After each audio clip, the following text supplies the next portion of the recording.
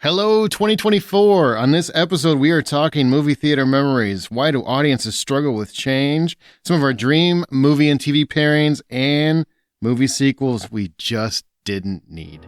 Let's get on with the show. My name is Aaron Peterson. Joining me today are my fellow hosts, Amanda Sink, John Davenport, and Troy Heinrichs. They are throughout this episode. We are back full steam next week. This is actually our best of the previous year episode because we took a couple weeks off. So these are 4 of our most popular topics from 2023, and I hope you guys enjoy them. We're just going to go from one into another, and I hope you're enjoying our spin-off podcast, Inspired by a True Story, which is more of a true crime podcast with a movie bent, which means we take a movie that was inspired by a true story and break down the true life events of what that story is or was, and tell you ultimately what happened truthfully, detail by detail. And then at the end of the episode, we compare the movie itself as to how was the movie and how true were the events that we saw depicted in that movie versus how much was Hollywood magic. So that's Inspired by a True Story. It's our completely separate podcast. It's in your podcast feeds now if you haven't heard it. We've got a lot of great episodes on there. Catch Me If You Can's on there, American Hustle, Scream, which that story that inspired that is freaking horrible and also riveting. So it's a really good episode to listen to. And there's a bunch of other ones, and as well as several that are on the way. So check that out. That's Inspired by a True Story. But we're going to get into this. You can always support us on Patreon. There's a ton of bonus content. We just dropped one more bonus episode on there. That's patreon.com/TheHollywoodOutsider. That's patreon.com/TheHollywoodOutsider. I can't speak, but I'm going to get right into this. Again, my hosts, John Davenport, Troy Heinrichs, and Amanda Sink, are scattered throughout these 4 specific topics, which involve movie theater memories, the audience's struggle with change, dream movie and TV pairings, and movie sequels we just didn't need. These were all fun topics from last year, and I can't wait to come back next week, which we're going to be our whole awards, where we break down the best in movies and TV of the previous year, what we loved, and then the following week is our movie extravaganza, which is our most popular episode every single year, where we look at the entire slate of films for the remainder of 2024, what's to come, what's exciting, and what we can't wait to see. Let's get into it. We're going to start with movie theater memories. Thanks, everybody, for listening. Hope you enjoy this bonus recap episode. I don't know what the hell you call this, but we love it. I'm Aaron Peterson. Thanks for listening. Here you go.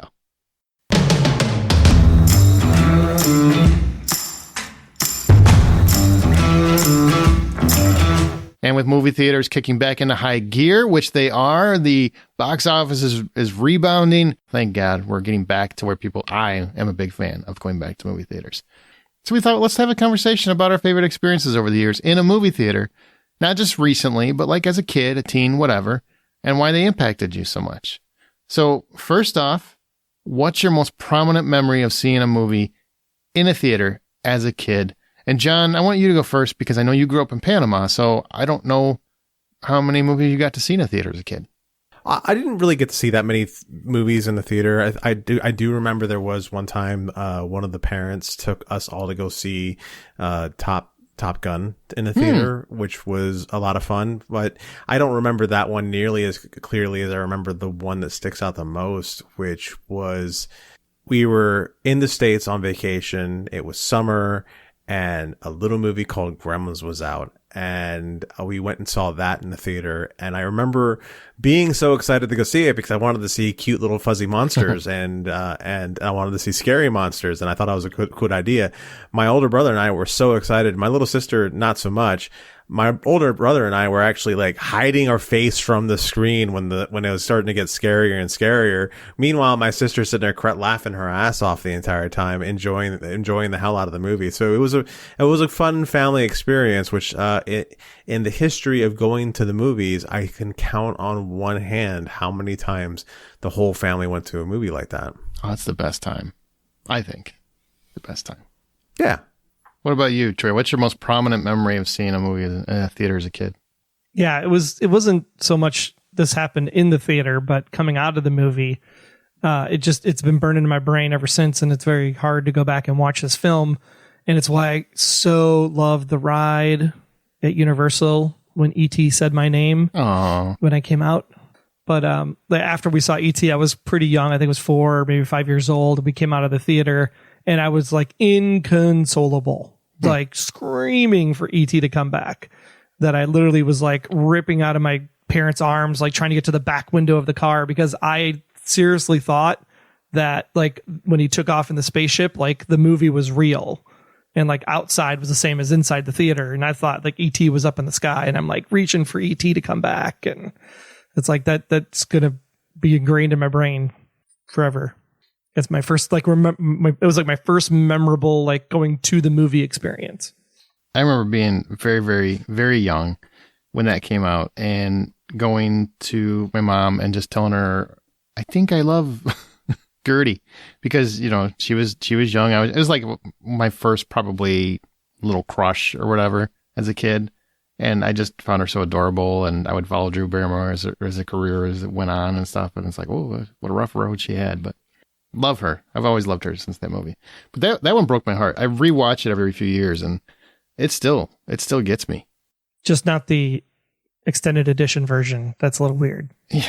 Oh man, I remember when he changed it, and it was, you talking about how they took the guns out and everything. Well, and the ET floating in the bathtub, and yeah, that all didn't, the extra stuff that they added in. Yeah, it didn't work.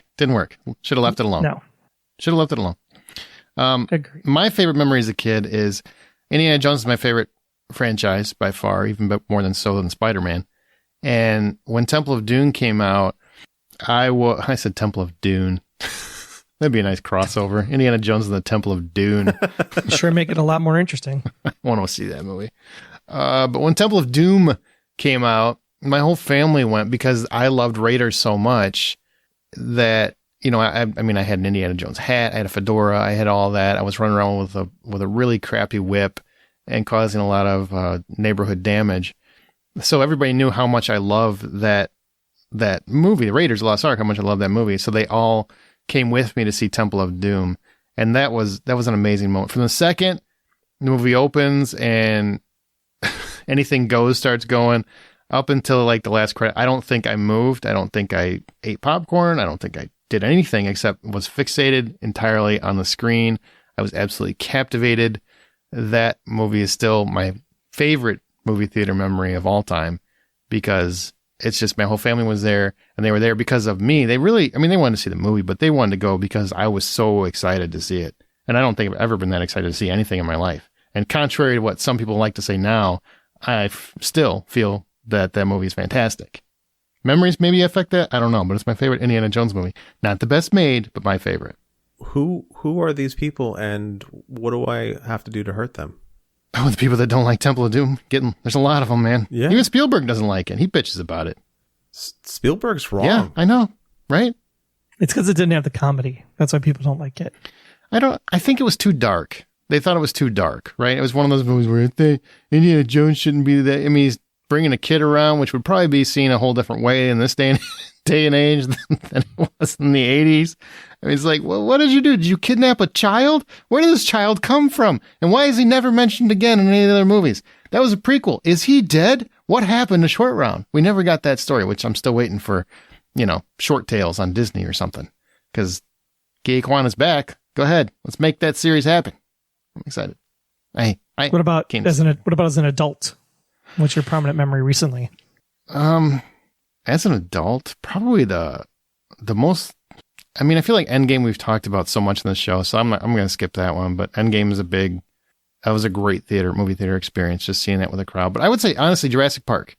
It's probably, as an adult, and I was a very, very young adult, but I technically counted. But seeing dinosaurs on the screen that looked like dinosaurs, that was an amazing thing to see in a theater. Like, absolutely phenomenal to see. I mean, it blew my mind as a very, very young adult. It blew my mind to see that on a movie screen in 1993. Took my breath away. What about you, John? I think in that same vein, as a young adult, I would say it would have to be The Phantom Menace is one of my favorite movie theater memories.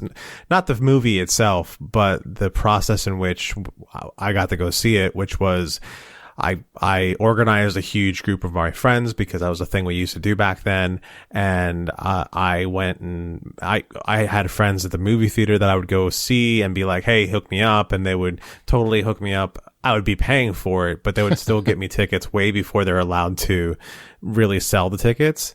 And I would still get tickets to things. And then they would, before they opened the theater up, I had friends who would let me and my friends get in first and pick out our seats.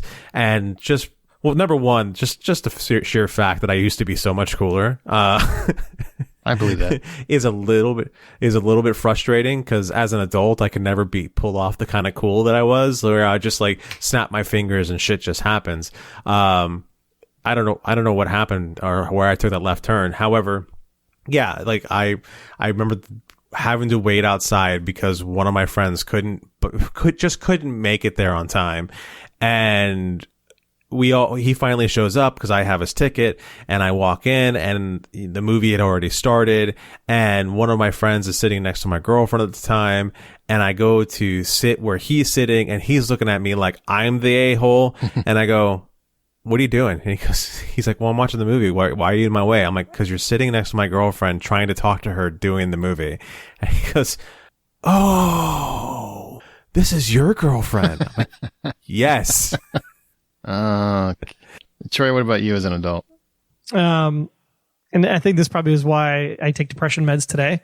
But I had this one moment where we were watching Inside Out, and I had like totally in my head made up this thing where Bing Bong was going to be the one that gets them back to command center, right? Ooh. And they're on that train and they're climbing up a thing. That didn't work out. And then Bing Bong obviously does not make it up to the top of the command center. And I, again, was inconsolable. My kids are like, I'm never going to the movie with dad again. Like, kind of awesome. Like the guy had to come by with a mop afterwards because dad was just, I mean, I must have had an imaginary friend when I was a kid and it unlocked some kind of memory or something. Mm-hmm. But I've never like projected a movie and like been so wrong and then have it be so tragic at the same time. That brings up a good point. Is there any other movie where you guys have been kind of inconsolable or emotional? I will tell you, I'm a sucker for father-son movies because my dad and I have a very complicated past. Great grandfather wasn't a great father, kind of thing. But when I saw Frequency, I've talked about this before. But as soon as you get to the ending, I'm still to this day I'm just crying like an idiot. But in the movie theater, I was just bawling watching the end of that movie because it's very emotional. It's very much about a father and son reconnecting and then showing that their life is now. All the memories that they have now. And I'm like, just all of that was like, that's how I felt the whole end of the movie in that movie theater. It was kind of soul crushing, but also just really, really full of hope, I guess, from my own personal situation. I have the same sort of reaction to Big Fish. And the reason why I had that sort of reaction to Big Fish was because the whole time I'm watching the movie, I'm like, this is my mother. I'm watching a story. This is before she even passed, but you know, the whole time I'm watching it, I'm just thinking, this is my mother I'm watching on the screen. Somebody who has all these amazing stories, and she always had amazing stories to tell us, and they always had some sort of feeling behind them and or something fantastical about them. And it wasn't until after she passed, especially after she passed, my brother, my sister, and I were standing together, and we were looking at the people who had shown up for her memorial, and we had the exact same moment that not Hugh Grant. What's Kenobi's name? Ewan McGregor. He plays the young version of the father in that movie. I'm thinking, anyhow, Billy Crudup, right. Or Billy Crudup's looking at the people who showed up to the wake, and he's seeing all the truth in all the stories that the father was saying. And my brother and I especially had that exact moment even to the point where nowadays when we refer to our mother to each other, we refer to her as Big Fish. Aw, that's really sweet. Yeah. I mean, Wildcats, when Goldie Hawn wins at the end, it's moving. It's awesome. Really? Did you see that in the theater? You know, I'm just kidding. You know, you brought this up. You opened the door. I'm gonna go ahead and go through this. I can remember. Remember, it's got to be. I don't know why you had to have seen it in the movie theater. It can't be something you watch later at home. Come on, that's the whole point of the freaking movie topic. Theater. Dude. We talked about this. Nope. Well, whole topic. We talked about. Don't care. My whole real topic. one. All right, fine. My real one was when we went with, I think it was 10 of us to The Last Jedi opening weekend. It was like the Friday afternoon, and to see 10 40-plus-year-old people just puddles when Luke dies. Like that, like to know that we've been through all of this, because most of us were born right as Star Wars came out. Like Star Wars was our life, right? Born in late 76, early 77, like we've lived Star Wars. And so to get to that moment and see Luke die, it was just like nobody talked to each other after the movie. It took a good 10 minutes before someone's like, "Hey, want to get good ice cream?" So it was a bonding moment at that point. Did you guys, speaking of Star Wars, I think John mentioned earlier, by the way, the trailer for Phantom Menace was really cool to see in a theater. That was an experience. It was cool. But also, I remember seeing Empire Strikes Back in a movie theater. And that's the crazy part, is when you tell your kids or you tell people today, and you didn't have the internet. You didn't know that you're for sure getting that third movie and that Han Solo was gonna make it. Spoilers weren't around, so you had no idea. So it really seemed like Han Solo is freaking dead. Like, he's dead. I'm never gonna see Han Solo again. What kind of sons of bitches are running this movie? And it ends on such a dire, dark note. Like, there's no hope really at the end of that movie. That I don't think you could have the same impact today. Because the internet would, you would have an idea what was coming in 2 more years. You would have an idea of, what they had planned for the future. So-and-so was already signed on for the next movie, that kind of thing. Like, all that stuff the information is already out there. So you're not really impacted the same way we were back in the 80s when that happened. And I just remember, because when Return of the Jedi came out, people were lined around the block because they just wanted to see if Han Solo was somehow going to make it out of this, and how. Oh, forget the 80s. In the 90s, it was still kind of difficult. Sure. And you still had those, you started to get those websites coming, but your internet sounded like, and the internet that's what just your happened internet to sounded show up like. when Jar Jar Binks showed up. Yeah. Oh, God. We should have known then. Jar Jar was the harbinger. We should have.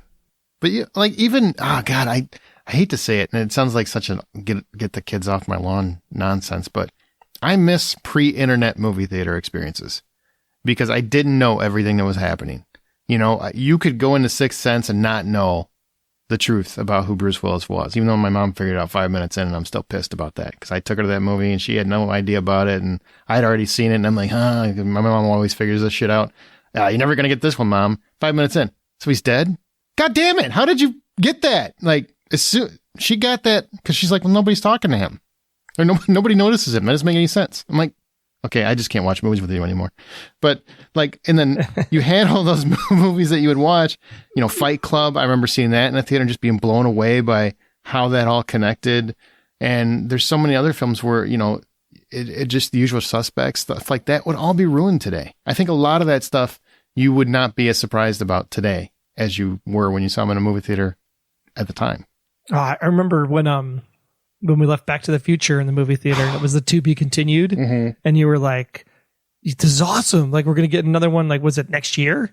And it was so long before 2 came out that when 2 finally came out, and you saw the trailer for it, like I think it was probably during a Super Bowl or something, and it was just like, "Oh my gosh, it's out!" And it was like trying to get seats and tickets because you had to like go to the actual theater and buy tickets at the theater. There was no internet, and trying to get like the movie times and whatever on Movie Phone and 99 cents a minute and all that garbage. It's like that getting tickets to Back to the Future 2 was like trying to get tickets to a Taylor Swift concert.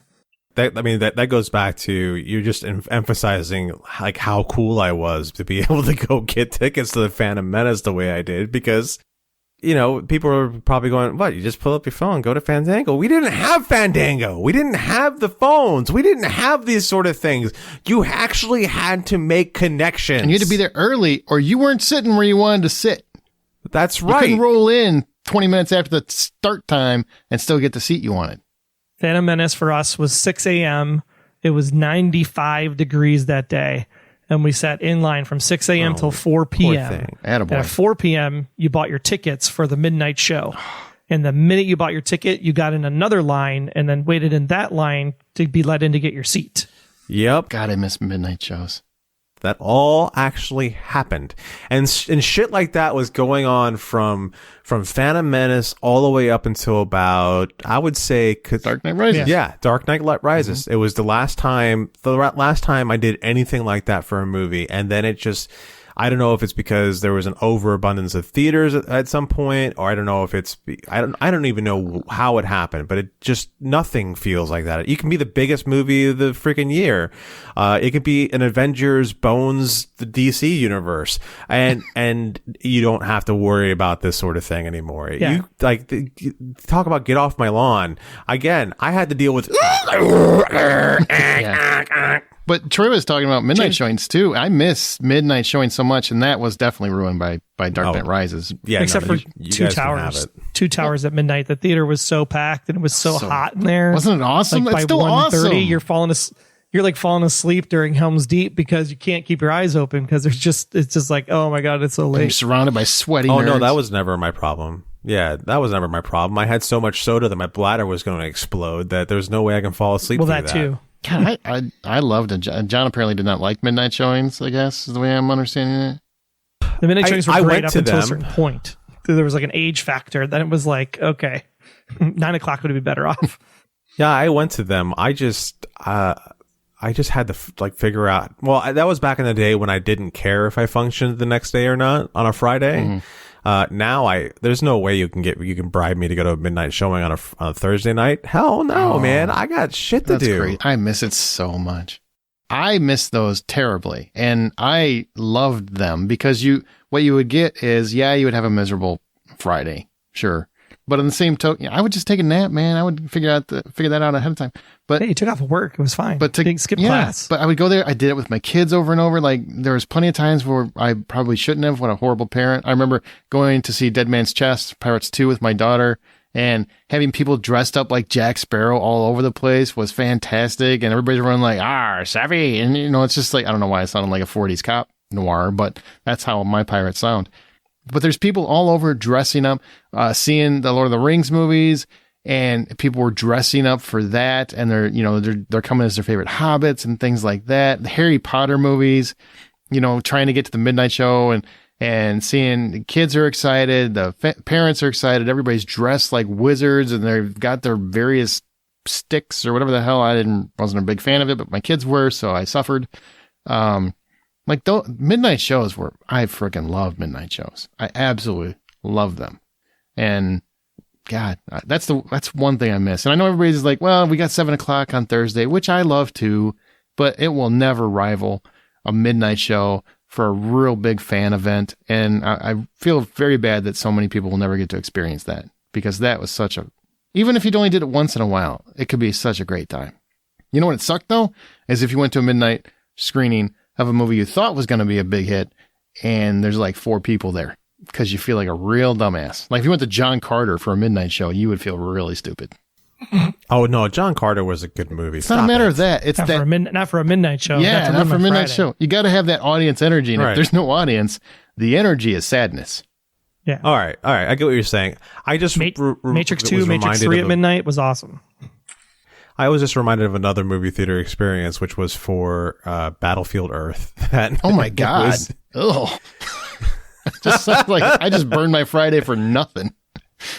Yeah, well, talking about burning your day for nothing. My buddy and I went to go get tickets for all of us to go see it one night, and then we were like, "Hey, we gotta, it's noon. We gotta all day. Why don't we just go ahead and see it now, and then we'll just see it later again today, like tonight. It's going to be that great, that kind of great movie." And so, mind you, we bought the tickets. We bought the tickets for everybody, not just the 2 of us. And then we bought 2 tickets to go see it at the time we were there. And we go in, we see the movie, and we walk out, and we exchange our tickets right away for the ones that everyone got for, it was a Norm Macdonald movie, I think, Dirty Work. Oh yeah. And we saw that. We saw that with everybody instead. Wow, that would be fun. Quite the change, but fun. It was not. Everyone was like, "Okay, we're ready to go to the movies." They're like, "Yeah, about that. We bought the tickets. They wouldn't give us the money back for the tickets for that showing, so we were gonna go see this Norm Macdonald movie instead."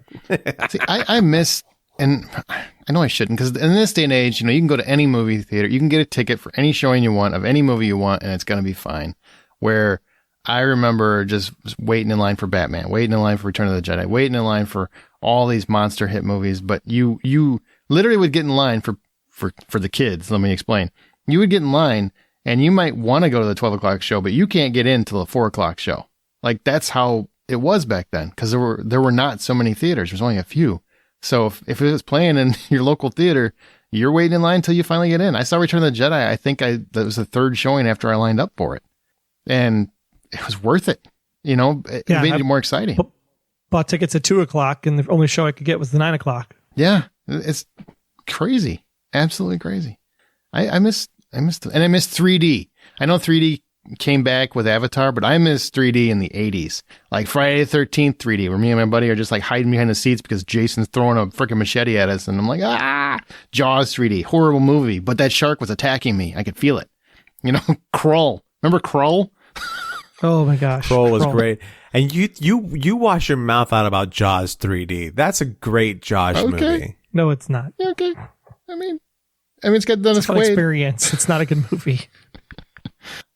So many experiences. Dennis Quaid, Leah Thompson. Come on. Yeah. I actually remember seeing DTS presentation in the theater in '96. Was Independence Day. Oh, that's right. Yeah. And seeing that was like a whole new experience. I mean, like, we talk about the Shake Your Ass Theater now that the kids go to in the Dolby Atmos Prime Theater for AMC, but THX, man, that was the shit. That really got, once that audio just kicked in, and plus Will Smith that was him emerging as a star. Yeah. That was his movie. Yeah, that was and that was such a great, for people that watched V in the 80s, we were all like, is V a movie now? But for everybody else, it was all this buildup. I remember the advertising campaign that built up to that movie where they didn't show you anything until it was released, really. Right. Like, it wasn't like trailers today where the whole movie going in. You're just like, big discs. I think Mark Singer is going to show up at some point, or at least he should, because otherwise it feels like a ripoff. And then you go and see the movie, and it's completely different. And then just that opens up with that THX. Yeah. It was like, holy crap, what did we just walk into? Oh, the sound. But not THX, DTS, sorry. DTS. THX, yeah. THX was done with Empire, I believe it was, back in the mid 80s. DTS was the new format in 1996. Oh my God. And I remember once I even, for Spider-Man, because I'm such a huge Spider-Man fan, I let my son skip school so I could take him to see the Spider-Man when it first came out, 2002.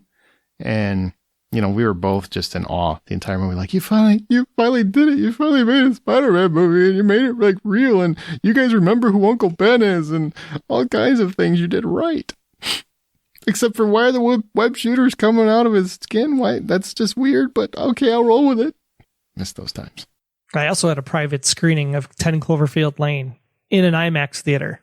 How'd you get private? I went to an 11 o'clock a.m. showing, and I was the only one in the theater for that IMAX presentation. It was glorious. Sat in the perfect center. That feels kind of sad, too. Nobody wanted to see the movie, or what? I don't know. I know, because 10 Cloverfield Lane is the best. It's the best Cloverfield movie out of all of them. Nobody knew what it was when it came out. It was a shocker, just because at the time, I think a couple of big movies were coming out, and then they were like, oh, by the way, here's this quiet sequel we've been working on and told nobody about. And yeah, from a no-name actor, and not no name. If you're around the media production stuff like we are as podcasters, you knew who Dan Trachtenberg was. But the fact that this was Dan Trachtenberg's first directorial debut, and it was as good as it was, 10 Cloverfield Lane, so good. Yeah, it really was. It was very, John very good. Goodman is amazing. Very, very good. Those are some great memories. See, movie theaters matter to a lot of people, even if they don't matter to you.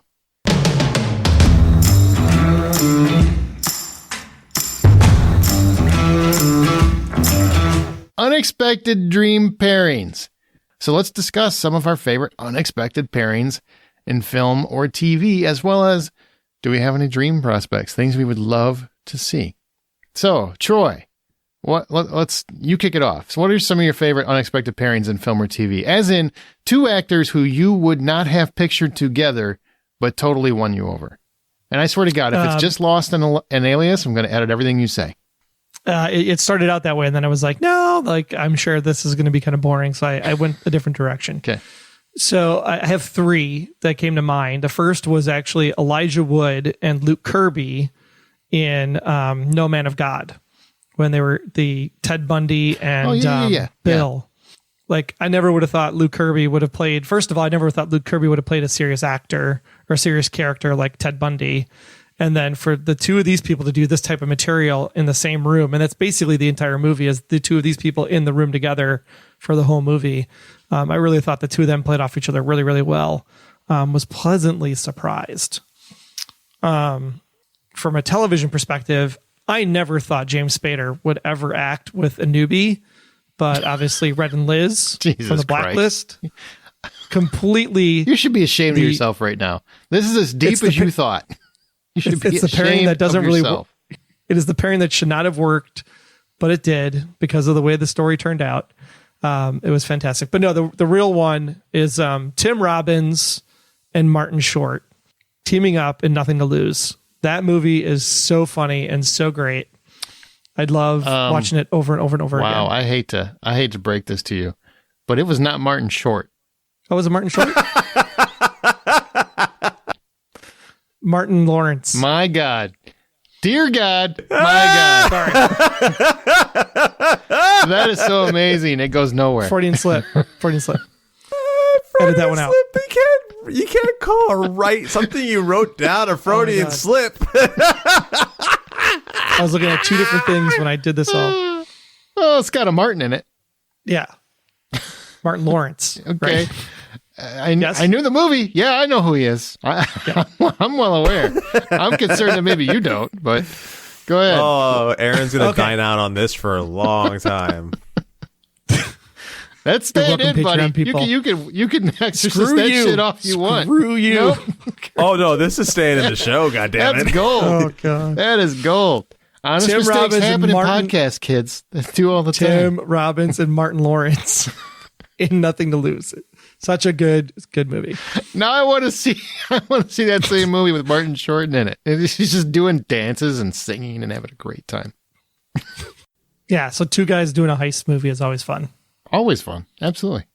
John, what about you? You have any favorite unexpected pairings that took you by surprise? I've got bunches, but I have a classic that I want to bring up first, which is Gene Wilder and Richard Pryor in Hear No Evil, See No Evil.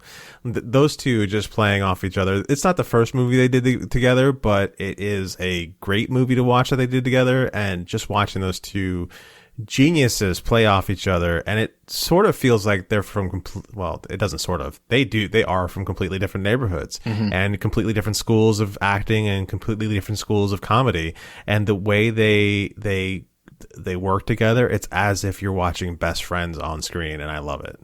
That's a good one. That's good. And also, it should be noted, definitely they've got White Streak, they've got they've got Silver Streak. We've got so many different movies throughout there. Nobody picks on Aaron. They all pick on me, but they don't pick on Aaron. They can't get the damn movie right. I understand how it goes now. Whatever. I corrected myself immediately. It's Aaron's white privilege. Oh, damn. Oh, damn. You can't even say anything against it, because then it's, you know what, just more white privilege. That's what that is.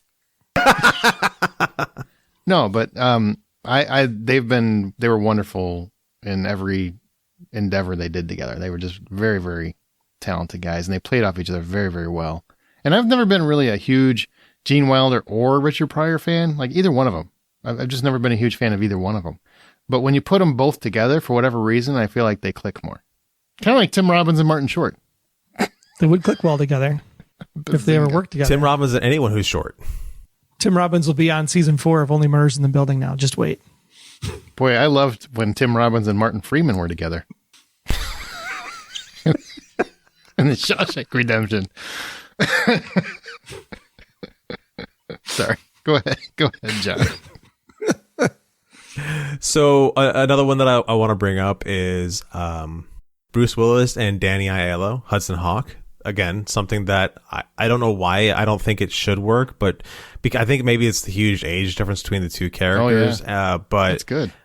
Or the two actors, but they feel like they've been best friends their entire lives. They feel like they play off each other in such a wonderful way that it just engages the movie even better. And I think that's part of the reason why that the whole breaking in and singing a song thing really just works, is just that those two just light up the screen when they're together. So yeah, that's another good pairing that I think. I love the concept of the movie is better than the movie. Let's be honest. I love the idea of everything. And it's a little weird. It's a lot of weird, but those two together, when they're singing the song and timing the heist to the song, it's just, I think it's magical. And unfortunately, too many people hate that movie that shouldn't, because they shoot a dog through a window. And I think that's amazing. Bunny, bubble. What else you got, John? You got anything else? That's awesome. I think my last one that I want to bring up offhand is Mark Wahlberg and Will Ferrell in The Other Guys. Again, a pairing, and I don't know what these two were doing in a movie together. I don't think at this point Wahlberg had done a lot of straight up comedy, but he is able to keep up. I don't know if Ted was before. Yeah, that just or Ted. after, I don't remember. Oh, I think Ted was after it. Okay. But even then, he keeps up with Will Ferrell pretty well as playing the straight guy to Will Ferrell's crazy guy. But it's weird because they sort of trade off the whole being a straight or crazy person throughout the movie, you know, and it just lands so well that I really appreciate it when they do the Father's Day movie or whatever it's called afterwards too, because the pairing does just work well. I love Other Guys when he's like just so obsessed with Will Ferrell's wife, and Will Ferrell's just constantly implying she's homely and ugly and da da da. Oh yeah, so funny. It's like Will Ferrell read your book whenever he talked about his wife in that one. Yeah, I think so. That's funny. And also, same movie. How about Dwayne Johnson and Samuel L. Jackson? How about that pairing? That was pretty fantastic. With the exception, I really want to see that movie too. I do. You know, can't get that movie unless they do a prequel though, because splat. Yeah. You know, the thing that would be so great about that movie is that whereas Will Ferrell and Mark Wahlberg feel like they're the fish out of the water kind of thing in their movie, it would be the exact opposite, where it's these two guys living in an action movie, but the world's not an action movie. Oh yeah, for sure. So good. I would love to see that movie. I freaking love that. And I still think their death is one of the funniest things I can remember in the last, 15 years or something. Like, I laughed so hard when they did that jump and just splat on the road. Like, I laughed so hard. I guffawed, if you will. I laughed so hard. All right. Well, here's some of mine that really caught me by surprise. Susan Sarandon and Gina Davis. Because in Thelma and Louise, I knew the casting going in, and I've loved Susan Sarandon forever, since Rocky Horror. I mean, I just think she's a very wonderful actress, and the whole idea, these two are going to play what, like Butch and Sundance. That's what they're going to do here. They're going to do the female version of Butch and Sundance, which is essentially what it ends up being.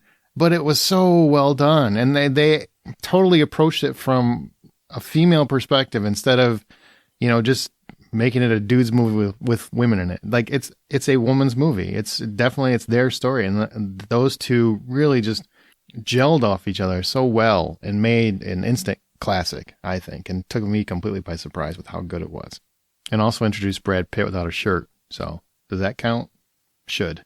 100%. It counts for a lot of people. I don't know if it counts for me in particular, but it counts for a lot of people. John Travolta and Sam Jackson were from Pulp Fiction. Yes.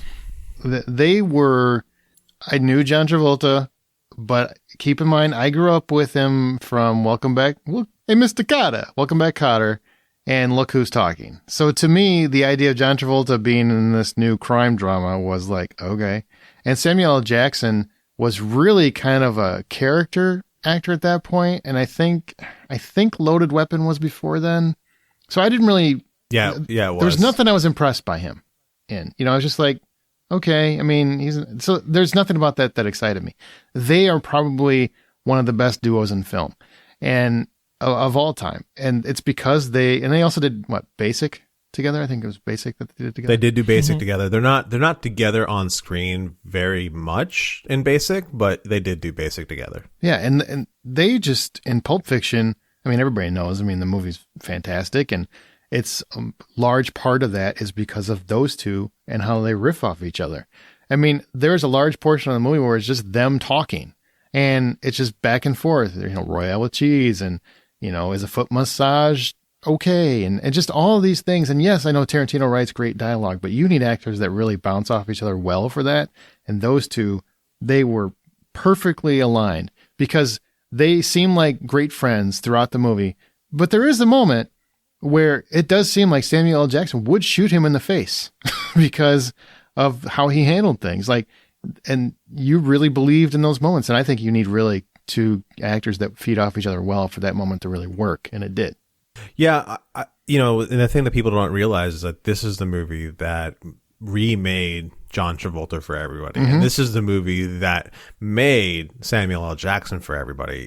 Again, he was a bit actor. The thing that you'll be surprised where you see him pop up here and there, but yeah, he was in some Spike Lee movies, but also he was in Amos and Andy, which was him and Nicolas Cage, which didn't have the same sort of punch to it that you think it would because Nicolas Cage is there. But he was also in Loaded Weapon that you mentioned. He was the robber in Coming to America. Yeah.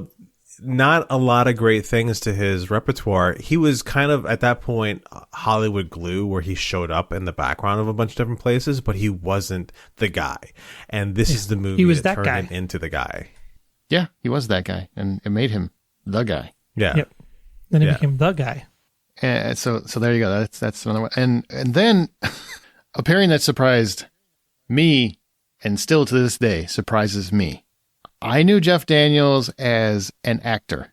Jeff Daniels was a kind of a serious actor. I never saw Jeff Daniels do anything funny whatsoever. And then he shows up with Jim Carrey and Dumb and Dumber.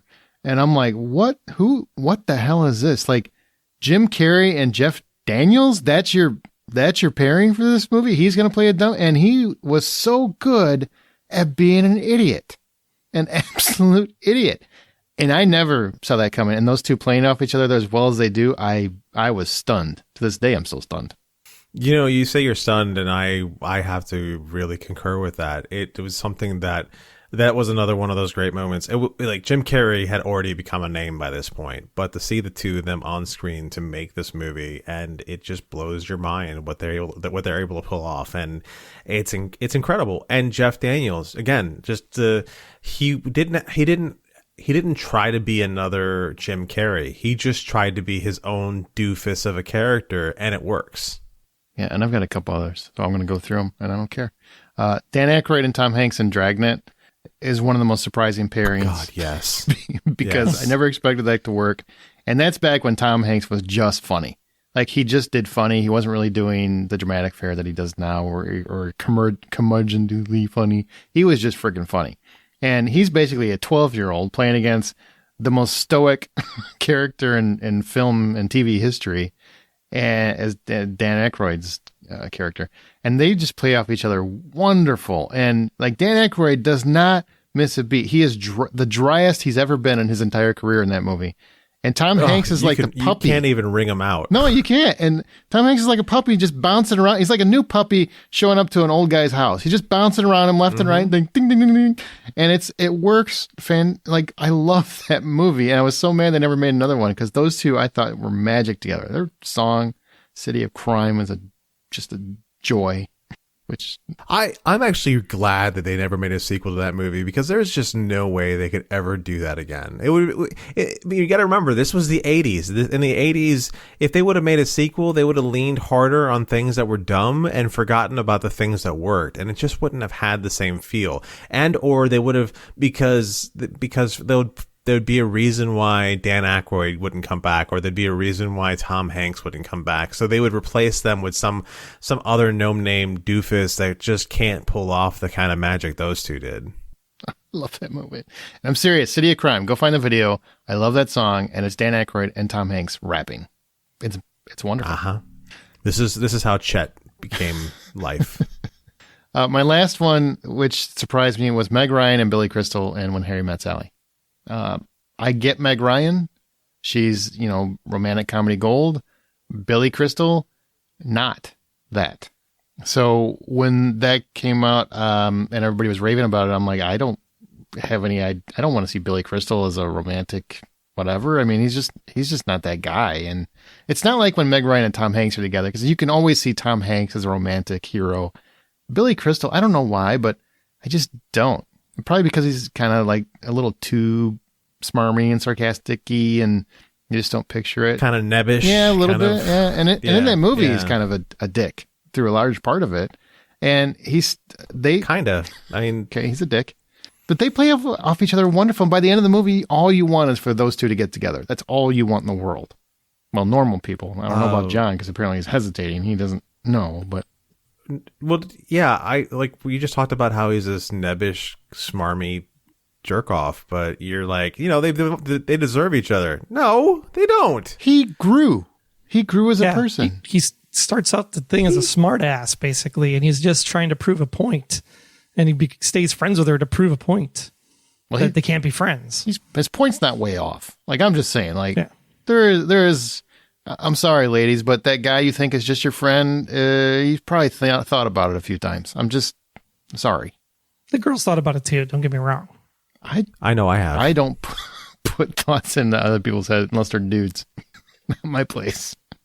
All right. Any pairings that seem like they should have been amazing, but just completely blew it for you?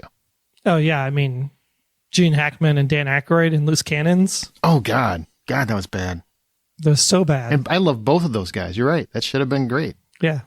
It should have been like comedy gold or even stoic gold. One or the other. It just should have been like the two meetings of the minds, and it just did not work at all. Yeah. That's a good one.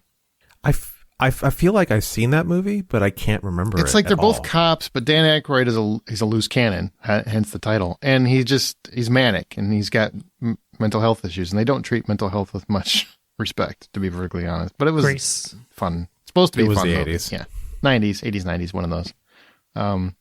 But Gene Hackman was still kicking around, probably closer to the 80s. Yeah, probably. I think it was late 80s, but I mean, they're both great actors. Like, I'm sorry, I know Dan Aykroyd never gets the credit he deserves, and I'll never understand it for the life of me, because I think he's one of the best comedic legends in film history, and he just does not get credit for it. But him and Gene Hackman, you thought would be great, because Gene Hackman's one of the best actors in history. But that movie, I mean, that was a paycheck movie for Gene Hackman. He looked like he was waiting for the check to clear the whole movie.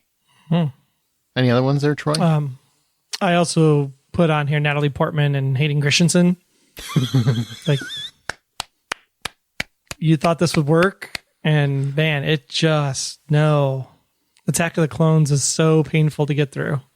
Any scenes where they're together. There's so little chemistry, it boggles my mind. Like, just so little there's no chemistry. 3 movies. You'd think by 2 movies. 2 movies. Yeah, you'd think by the third movie there would be some semblance of chemistry. None. Nothing. She was like, thank God I had twins, so I only had to have sex with them once. Shit. I still want to know how they look the same age, when obviously in the first movie they were quite far apart. Time dilation, space. Naboo was very far away from wherever they had stuck Anakin. So Anakin aged faster than, whatever. And then James Vanderbeek and Katie Holmes, when Dawson's Creek came out, you thought here's the bright-eyed, blonde-haired kid, seems fairly normal. Here you got the, kind of angsty, cute-looking teen girl that's got, the broken home situation. And by the end of that first season, you're like, this is exactly why Pacey and Joey got together at the end of the show.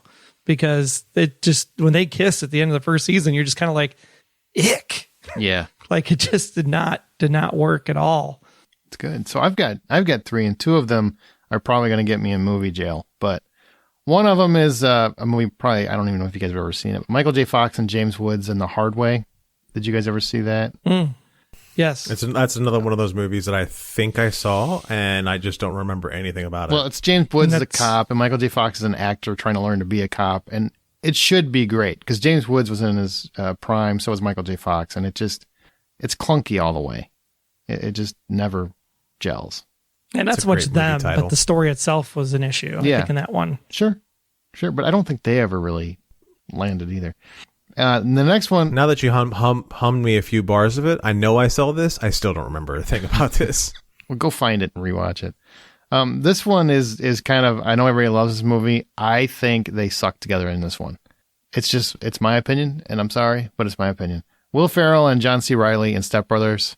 I hate that movie. I hate how they play off each other in that movie. It just feels so forced, the entirety of that movie. I do not like it at all.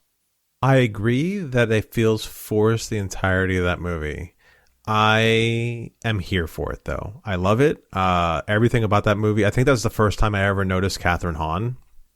Yeah. And just for that simple gift to human life, and being able to notice Catherine Hahn was enough to me to make that movie elevated to a great level for me in my heart. I liked the pairing. I just did not like the movie. Maybe it was the movie, but to me, I just did not. I love them in Talladega Nights. Like in Talladega Nights, I laughed the whole damn movie. I think they're freaking hysterical. But you've got this one, like this one and the Sherlock Holmes one they did. Those were, I think both those movies were atrocious. I passed on the Sherlock Holmes one, but the thing about these two characters, so not even the actors, but the characters, I know these guys. They're Hal, your friend. They're my sweet, loving, adorable friend Hal, and he's well into his 40s, still hasn't grown up, still just kind of drifting along and not really sure what to do with himself. So yeah, I know these guys through and through, and I think that's one of the reasons why I love it so much, because I can see so much of him in there. If you're listening to this, Hal, this is not an insult in any way, shape, or form. If you're not Hal and you're listening to it, you know what I'm talking about. Okay, my other one that I know is going to get me in movie jail. It's a movie I do not like it, and I know a lot of people love it, and it's very timely, because it's right around this month that a lot of people will watch it. Groundhog Day. Bill Murray and Andie MacDowell suck together. There's nothing about that relationship that works for me. There's no chemistry there. They're just, ugh. The movie's great, but you're not wrong. Hey, wait. So I win with the pairing, but you still love the movie? No, the movie's awesome. Okay. I don't like that movie. I love the movie. But yeah, I always wondered, like, how did those two ever get together? Like, they don't even, like, look like they would date. That's the whole point of the movie, isn't it? The whole point of the movie is to it's like one person's from Woodstock and one person's from Winnetka. It just doesn't work. Right, but that's the thing. That's the whole point of the movie, is to show how this guy ends up falling in love with her so much that he essentially decides to change himself to be the kind of person that he would, number one, makes him better entirely, so he's not some selfish prick, but also to be able to be ready for somebody like her, because she's so much more wholesome and so much better of a person. So that's one of the reasons I do love that kind of a story. Doesn't come across in them. I'm sorry, that movie sucks. Say, like, it does not come across in that movie. None of that that's what they're trying to, like, get you to believe in, from the romanticist, because it's like also like around Valentine's Day, but really he's just taking advantage of a situation to get in a girl's pants. Yes, thank you. That's the whole freaking point of the movie. He's a pervert. But he doesn't even sleep with her that night. Not immediately. No, they don't. He doesn't even sleep with her. Like Which the night? night that there's 47 of these nights. Which night are you referring to? Because eventually he does bang her. He's building because to he does use. Wait a minute. He uses that ability to bang every other woman in that town. I'm pretty sure there's some toothless old lady that he had a good time with. Like, all that happened. Like, and somehow you got romanticism out of this. Like, he's making him a better guy. After I went through the entire town, after I worked my way through every single lady in the area, after I hit every bowling alley and 7-Eleven I could find, even the donut shops in the morning, I got every woman in town. But thankfully, there's one left. I just realized that this was the only one I really loved. This is come on. Like, there is a very sweet moment to it, because when he finally reaches that point where he gets essentially what he wants, he doesn't take advantage of it for the naughty side. Oh, of it. What he a hero! Takes advantage of it for the heart. What for a the heart. Fucking hero! Jesus. All right, I will find a way to defend that movie no matter what. So Ned Ryerson had more class. Well, that's because he actually, yeah, you're right. He had all the class. All right, John. Well, any that seemed to be amazing, but completely blew it for you? Yeah, so the first one on my list is going to be Channing Tatum and Mila Kunis for Jupiter Ascending. I like that movie, but I don't disagree with you. I don't. No. Yeah. You don't like the movie? No. Because I think I didn't like the movie because of these two. Like Kunis being cast in the first place, I thought was weird, and then to add Tatum, I was kind of like, what? I find her wildly charming and engaging in anything I've ever seen her in. So this is the first time where I was just kind of like, okay, she just doesn't fit. She just doesn't fit whatever it is they're trying to say that she fits. It's not. There's just something about her that was off. And then Channing and her on screen together, it had some chemistry to it, but like it didn't. But not much. It didn't. It just felt weird and off and forced. And I just. And they're both like these great, amazing, charming actors, and it should have created this love bomb of charm, but it just doesn't happen. Yeah, Channing Tatum had more chemistry with his body oil and Magic Mike than he did with Mila Kunis. True statement. I think I had more chemistry with his body oil and Magic Mike than Mila Kunis. That doesn't make any sense, but okay. What? Like he looked good, all oiled up. Oh, okay. I mean, I get that. And I enjoyed it. Okay. All right. That's all coming together. I think at least I understand where you're going. Let me draw you a picture now. I don't need a picture for that one. All right. So my second pairing is Bruce Willis and Jai Courtney in A Good Day to Die Hard. Sorry. Yeah. That ruined Die Hard, the whole series for me for years. It's the last movie of the series. There's just absolutely nothing about that movie and that pairing that saved it. And the thing that's really sad is that I think since this movie, Jai Courtney has done some really good and engaging things. Even his Terminator movie. Even him in his Terminator movie was bad, but him in the Terminator movie was the best I'd seen him. And then he follows that up with even better and better roles. So he was very cardboard in this. He was, so was Bruce. Trying to be another. So was Bruce, to be fair. So was Bruce. Yeah, I was going to say he's trying to be another Bruce Willis, but the thing he doesn't realize is Bruce Willis is very cardboard in this. He's really just there for the paycheck. And I'm not going to beat up on Bruce Willis much more because we now realize that there's much more behind the scenes of what Bruce was dealing with. But, it just didn't have it. And it's his kid in the movie, and he's calling it he has to say his name 400 times, like throughout the movie. John, John, John, John, John, John, John. One of them is saying John at all times. And it's just like, enough. Just enough. I couldn't do it. And that movie is so bad. Their chemistry's bad. The movie's bad. Everything about that thing is bad. Everybody about it, but it doesn't work. And then my final pairing is something that I just think it's a bad pairing in general. So I don't know if there was going to be anything that works for this pairing, but it's Dane DeHaan and Clara, the Delevingne girl. Yeah, that one. And Valerian and The World of Tomorrow. Again, it's Luc Besson. You have these two actors who at the time seemed like they were going to be two great ideas for these actors. You have Luc Besson. I can't tell you how many of his movies that I absolutely enjoyed over the years. And it should have been something that just jumped off a screen and been different, especially the time frame where we're just starting to get into this oversaturation of comic book movies. I can't believe I just said that. I feel a little dirty. Yeah, it's true. Although Kevin Feige recently just said people are never going to get tired of superhero movies. I'm like, wrong, Kevin. You're helping. Yeah, it's if you make quality ones, he's right. But come on. Anyhow, what I find interesting about this movie is that if you would have taken Dane DeHaan and Delevingne and replaced them with Channing Tatum and Mila, yeah, Channing. If you replace them with Channing Tatum and Mila Kunis, I think this would have been the better movie for those two to be paired up in. Interesting. Okay. Isn't it City of a Thousand Planets? Whatever. World of Tomorrow, Thousand Planets. It doesn't. Because of these two actors, the movie's not good. No, actually, John, the title does matter. It does. Just like Martin Short, Martin Lawrence. These things matter in the scheme of things. It's different. That's what I was like. I'm trying to figure out, like, World of Tomorrow. Like, that doesn't make sense. Wait. Like, I swear that's not in the trilogy. Well, maybe I'll just try to give Troy a break there for a second. Yeah. Yeah, maybe. Yeah, I see. Uh-huh. Anyhow, my point Valerian still, in the City of a Thousand Planets. Yeah. 2017. my point still stands. Yeah, they're not good. No, not good. Anything else? Or are you good? So bad, couldn't even remember the name of the movie.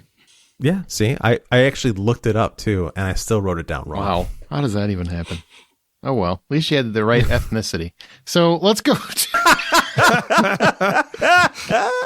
let's go to dream pairings. Meaning actors that don't make sense, but you would love to see them play off each other in whatever kind of film or series you can think of. And I'll start like for reference. I would love to see in a typical Sandler-esque kind of movie, Adam Sandler and Harrison Ford.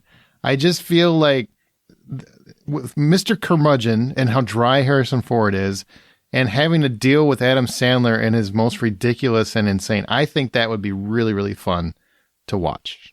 Personally, as a big fan of both actors. He comes at him with a water gun and shoots him, and he's like, see, I shot first. God. In that Adam Sandler kind of way. I want him to yell at Harrison Ford in his crazy Adam Sandler way. I want him to do full Adam Sandler, just yelling at him, and then Harrison Ford just shaking him off like he means nothing. That's the kind of movie I want to see. Maybe playing his dad or something.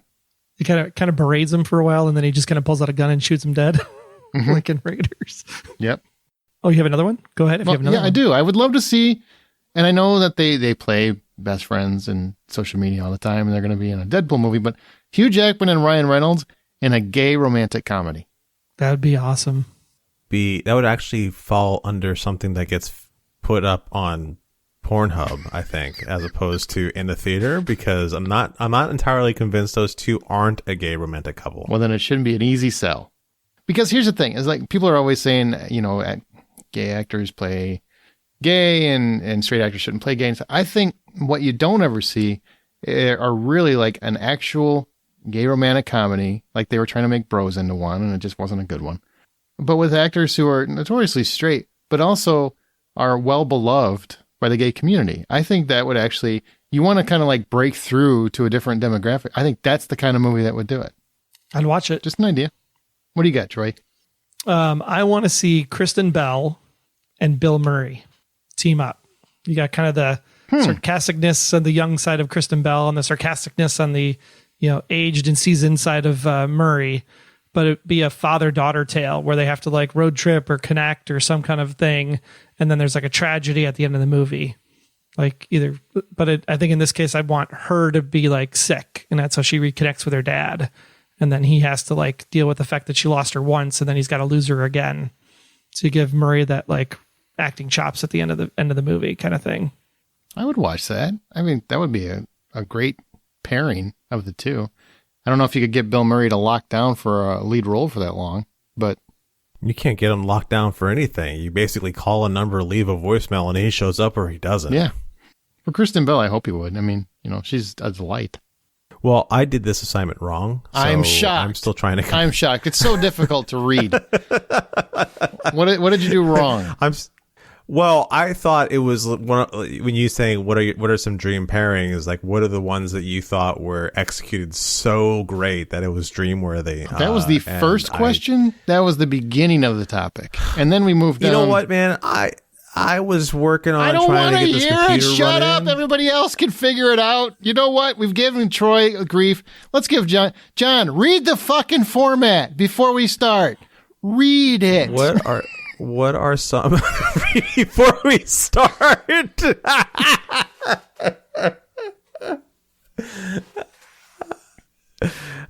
That's great. It is written kind of vaguely. I mean, I could understand how John could get there. Stop it. Yeah, meaning you be ashamed of yourself. Yeah, He would be so happy if you get dragged under the coals for getting Martin Short wrong. And he would just be so happy about it. Don't you dare bail him out. Because of his what are some This dream is like pairings. Amanda bragging about being late. It's not something to brag about. It's rude. I'm not bragging about getting it wrong. I'm just saying, I did this wrong.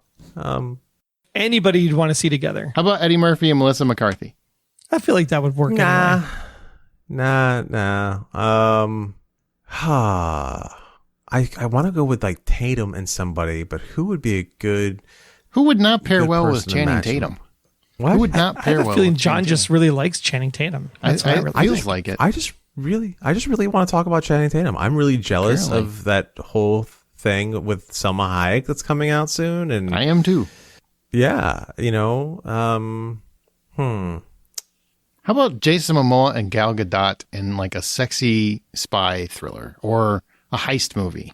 Jason Momoa versus Godzilla. Shit. Oh, He'd take him out for a this beer. is great. He'd take him out for a beer and just get hammered. He would take him out for the beer. That's right. So Godzilla and the what was that movie with If you think we have time for you to get the topic wrong and then give us 5 minutes for you to try to remember what the hell you're trying to think of, you are drunk on power. Jesus Christ. Godzilla and the just did kaiju this. monster from what was that? Colossal? How about, Well, then Colossal, how about that's what- Spider-Man and James that's the one- Bond? Why don't we put those two together? Those are two dream actor pairings right there. I'd love that. oh Well, multiple people played James Bond and multiple people played Spider-Man. Daniel Radcliffe and Tom Holland in a buddy comedy about getting taller. Huh? No, this is the mark of a man who hasn't prepared. That's what I'm hearing.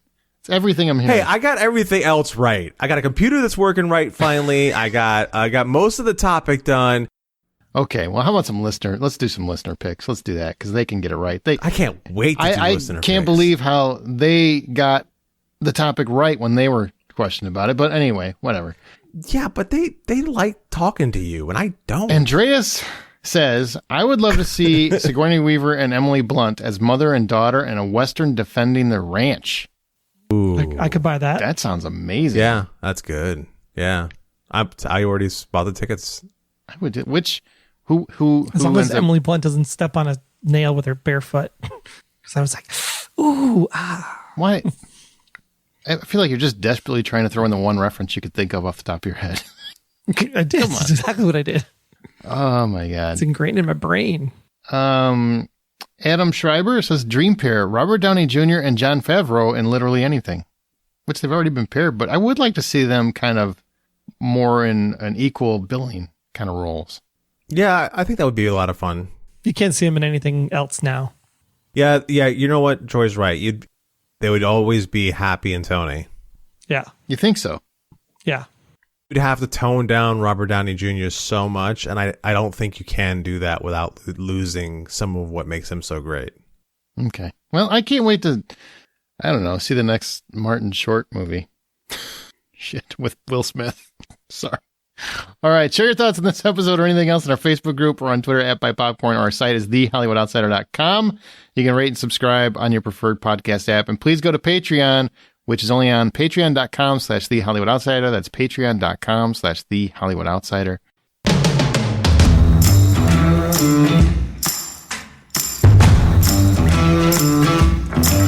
Okay, so we're back to change. I want to talk about why we struggle with changes to our favorite movies and TV shows. Game of Thrones changed something? Readers freak out. Last of Us expanded their game to focus on Bill and Frank? People lost it. Superman has trunks or doesn't have trunks? The world loses their mind. What is our issue? Troy, you seem to have a very thought out analysis on this, so why don't you lead? Yeah. My biggest thing with this is that people that they come from a point of view of I enjoyed the first iteration of this, and therefore nothing is ever going to change the way I felt about that. And I find it really interesting because, like, take Game of Thrones, for example. It's a book. There is no visuals in a book except the ones that are in your head. So yes, where I watched Fellowship of the Ring and the white horses coming in the river as she's taking, Frodo, right, to Rivendell, like what I envisioned in my head when I read that in the book was pretty close to what Jackson put on the screen. So I was super happy with it. But other people that might have visioned that differently in their head might be super upset by that because it wasn't like it was in the book. How was it in the book? It was just written text. So the people that say it's different than the book drive me crazy because there's no pictures. So when you transition mediums from book to television or even television to theater, you have different storytelling capabilities. You get to show more visually, so you don't need the written word to describe it. You can show more in depth and size and sound when it goes into the theater than you can from a TV version. And even a video game version is completely different because you are playing the video game. The Last of Us, that comes up right now, is the whole video game you're playing. Well, most of the video game you're playing as Joel. So the only storytelling you can understand is the things that Joel can see. He's not going to see conversations that Tess has. He's not going to see conversations that Ellie has around the corner. He's not going to see conversations that Marlena has. So when you transition that to television, you're like, I can tell those stories now.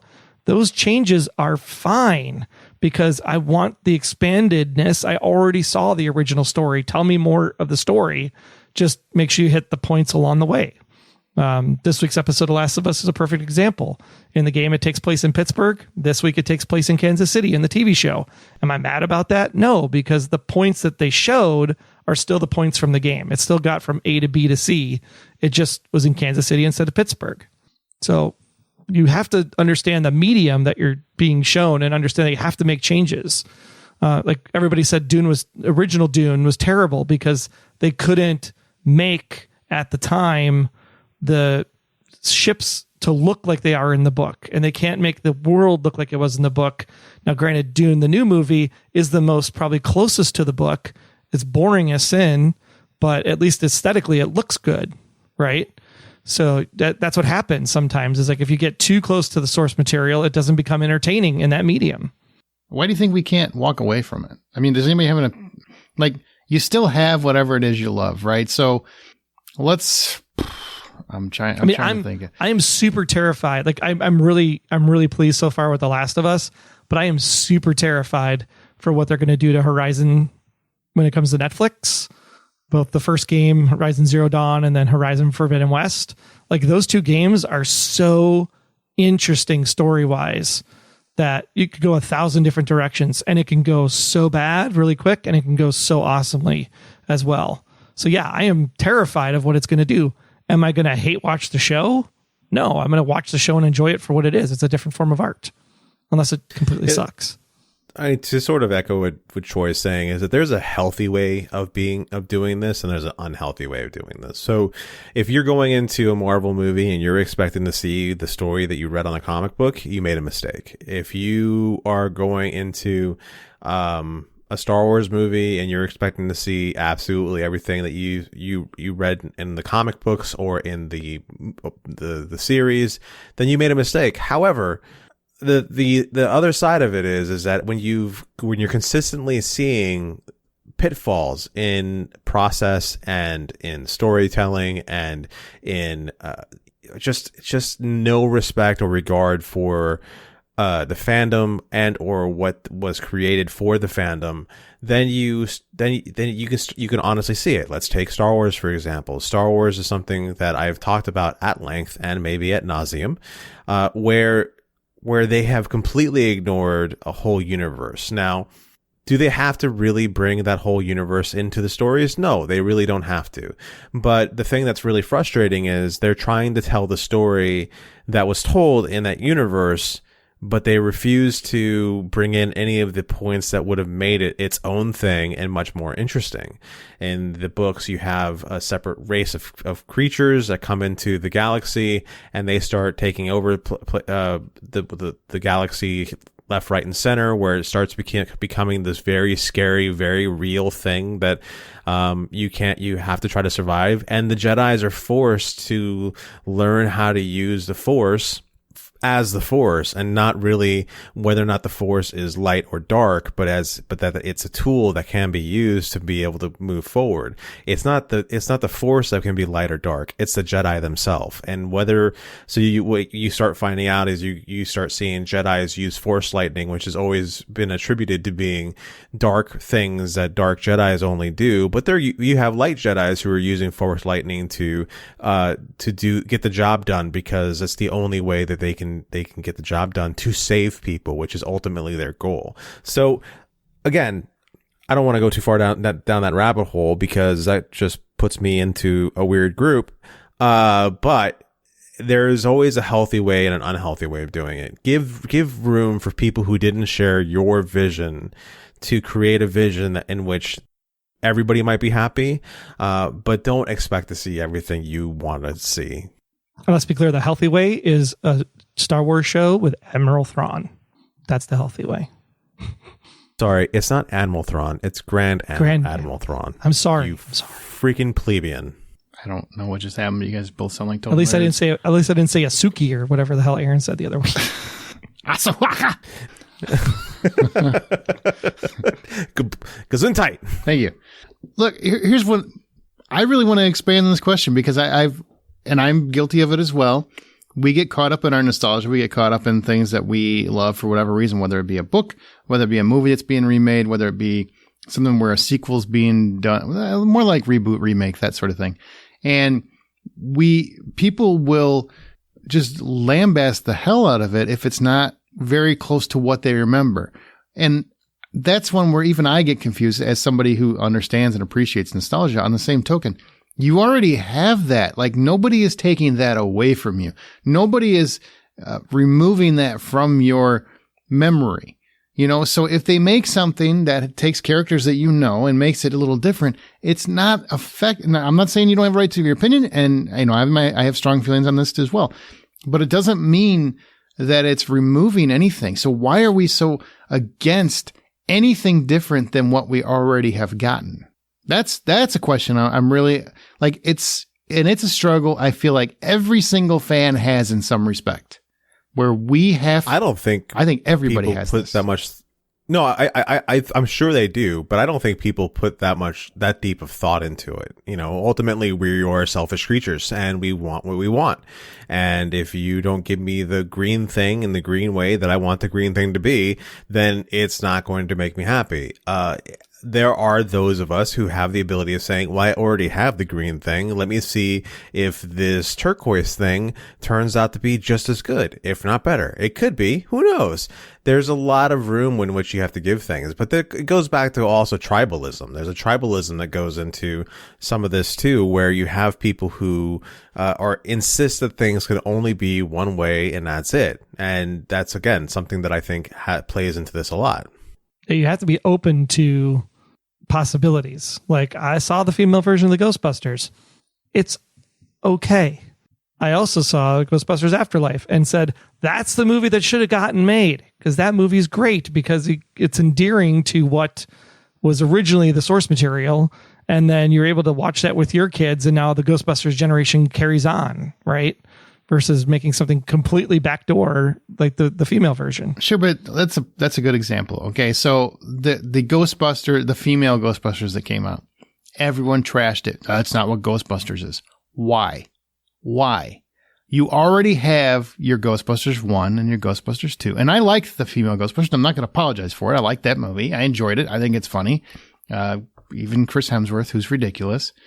I don't think it's more grounded maybe, but it's also a different kind of humor than the original two. It's its own thing. It's not doing anything to trash the memory that people have of the first movie. But yet everyone came after it like it insulted their grandmother. And that's just something, and I still to this day, I mean, that was years ago, and I still to this day do not understand the reaction that people had to that. I just do not, other than take the sexism obviously is there. That's definitely a small percentage, I'm sure. But I talked to a lot of people, and I feel like a lot of people felt like it wasn't their Ghostbusters, and nobody could really articulate why that is, other than it's not Bill Murray and Dan Aykroyd, and I guess they just wanted those guys back. They wanted a continuation of that world. But why? That's the kind of change I'm talking about. Like, people just would not accept it. They had to have what they already knew.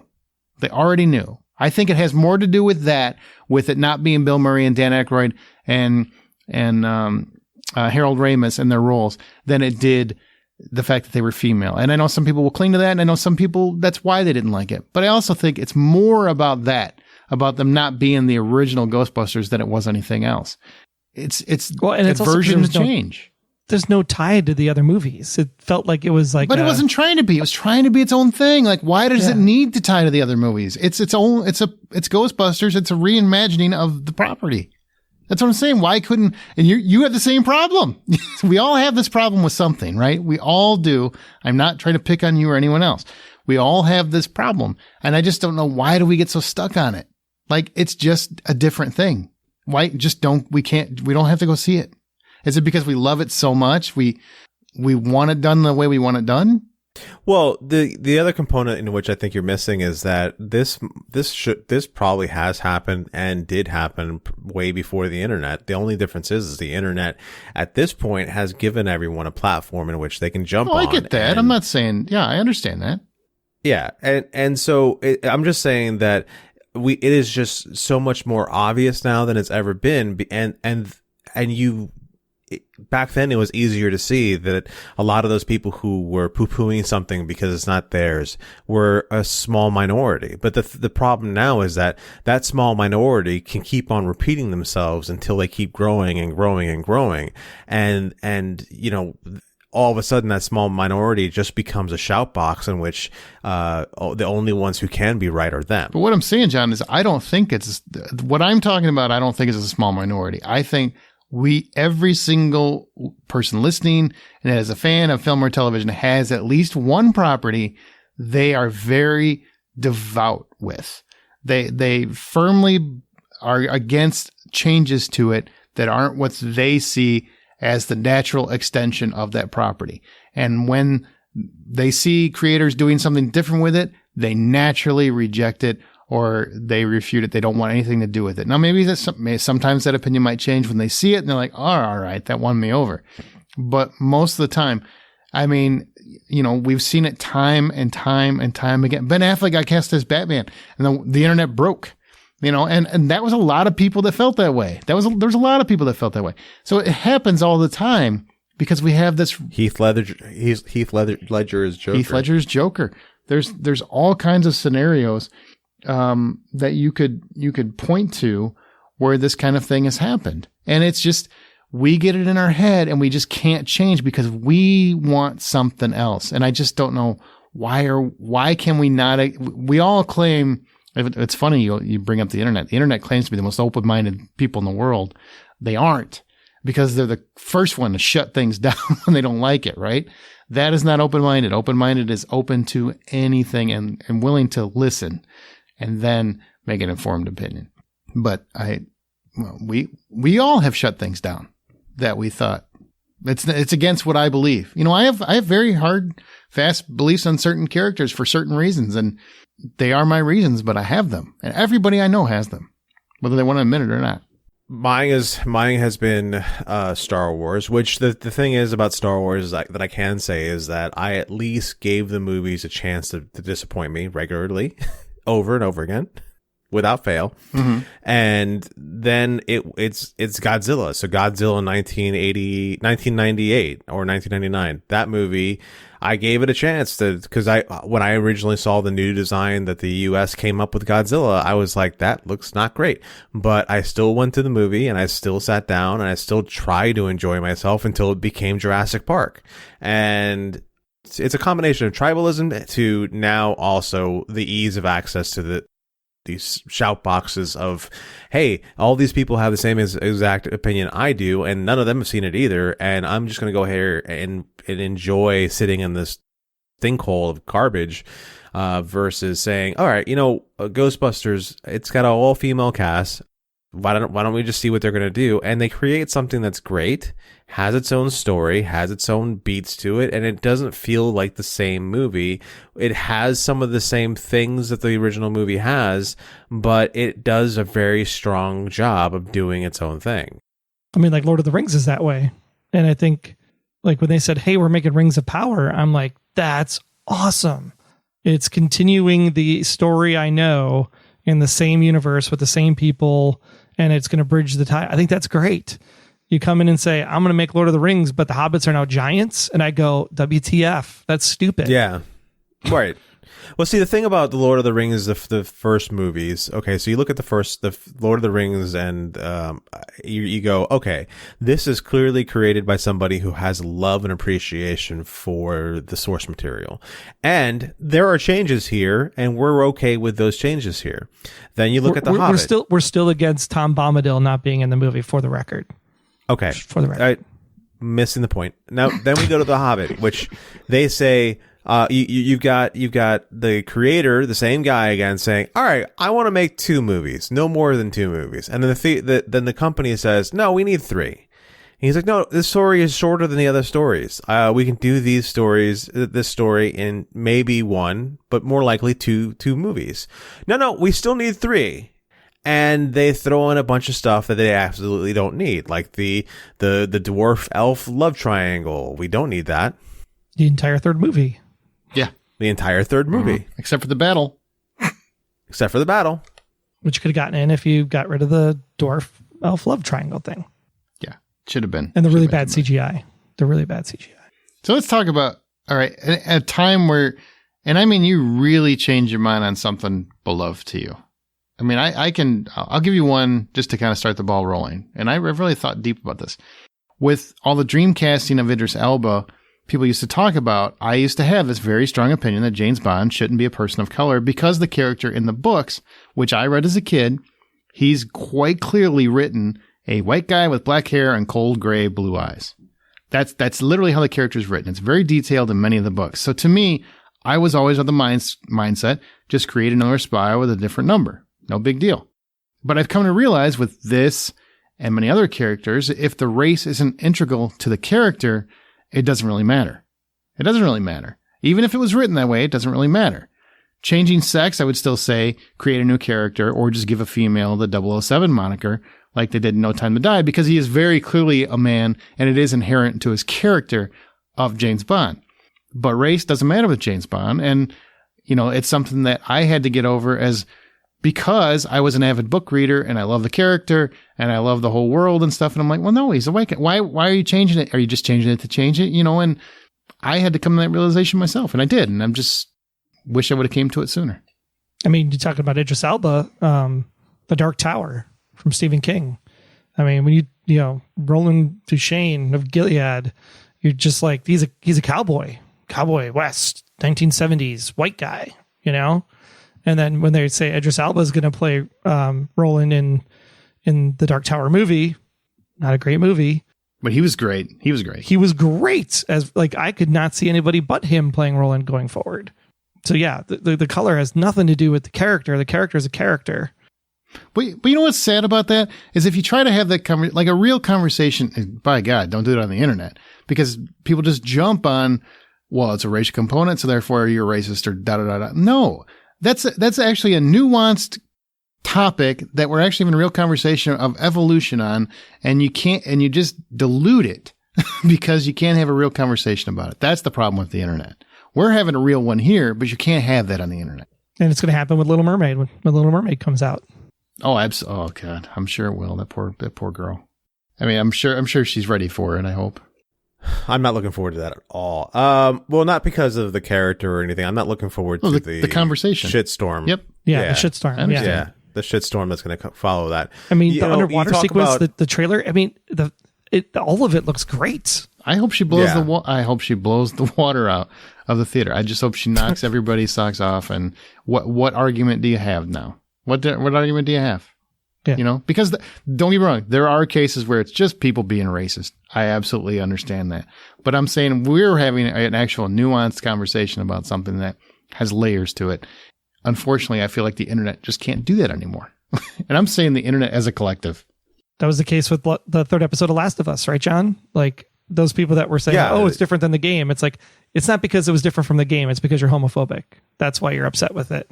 It's the exact same thing in which, if you were a fan of Schitt's Creek and loved the love stories you saw on that, and there were people who were fans of Schitt's Creek, but they kind of threw their arms up at that same kind of love story. They handled it in the same exact way. It was a love story for the sake of love stories, and it was a beautiful story being told. And I don't care if there's 2 tab A's there or 2 slot B's. It doesn't matter. It still does a very heartwarming job at telling a beautiful story. It was a beautiful story. I wanted to go back to how people's thinking are a little off on this. You talk about the character that Idris Elba's playing in The Dark Tower, how he's supposed to be a cowboy. In the books, he's a white guy and all that other stuff. The first cowboys were not white guys. Great. It makes more sense, honestly, to have Idris Elba playing the character. So, I don't know. You want to go more historically accurate? That's great. It works, and I appreciate it. I think he was talking about in the book. I mean, it's a fictional book, so I don't even. But well, no, it's a fictional book, but I'm just saying how it goes back to like the argument people have about why it can't be Idris Elba. Oh, well, yeah, he's a cowboy. Well, it wouldn't be a black guy. cowboy. I get what you're saying. Yeah. Right, exactly. That's the argument. So something that changed my mind that was surprising to me. So I've talked about my love for the Dresden Files novels and how much they have brought a lot of joy and excitement to my life, and they've turned me into a pretty big reader in my advanced age, and I do love those novels. Now, the reason why I got into the novels was because of a short-lived television show on Sci-Fi or Sci-Fi Channel, depending on how you want to pronounce it. But it was a show based off the novels, and I really liked the show. I got into it. Paul Blackthorne as Harry Dresden was awesome, and everything about that show was just good to me. And that's why I started reading the books. I watched the first season, and it turned out to be the only season. I wanted to live more in those stories, only to find out that after reading those books, the series is practically unwatchable for me. I have tried to sit down and watch the series, and I just get mad because every single time I watch it, I'm watching it and I go, well, this is the story from this book. They just condensed it down to 45 minutes, and they could have done so much better storytelling if they would have just like made the whole season the book. So it sounds like you started with things that you had come to the agreement. You've changed your mind on, but now you're back to where you won't bend on them. Well, technically, Okay. All right.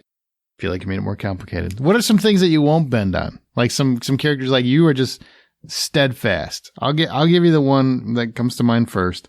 A long time ago on this very podcast, Justin McCumber, former host, I think it was episode 200, where we had a big debate on Spider-Man sexuality.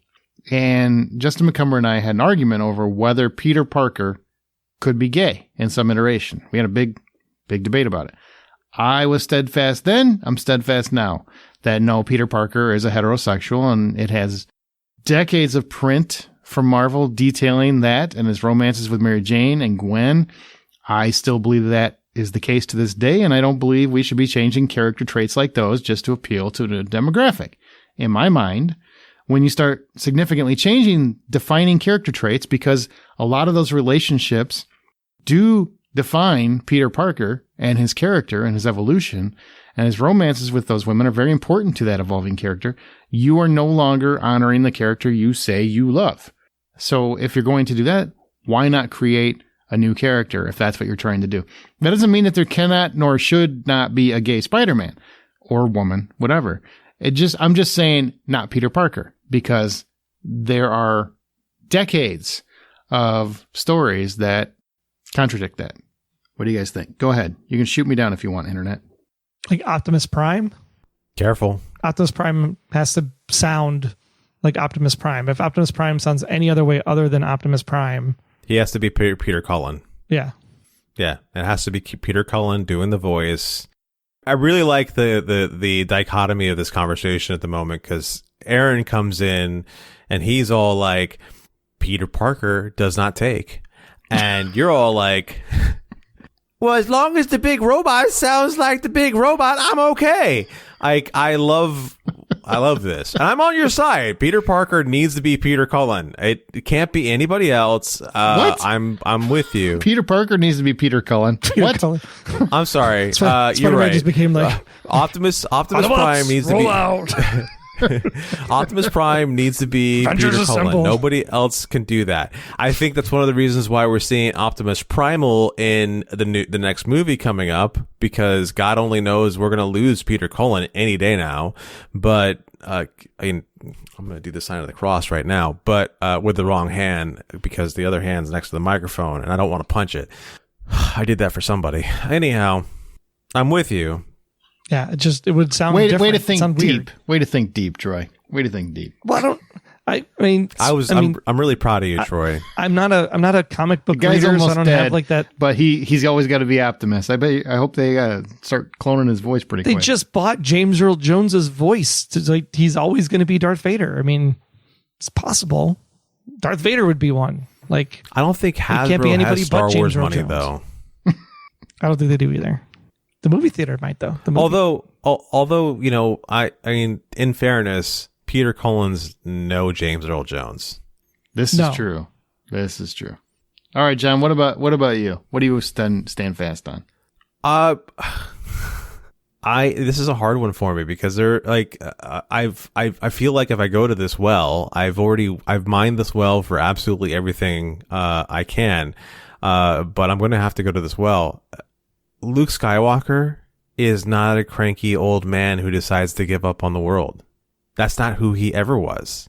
And the fact what about that through evolution, through time, you got missing years and that sort of thing. Yeah, no, at no point does Luke become anything less than trying to rebuild the Jedi world and trying to not be the only Jedi left out there. And he does not go and hide. He does not go in and become whatever it is he doesn't go and milk weird creatures for blue milk. That doesn't happen.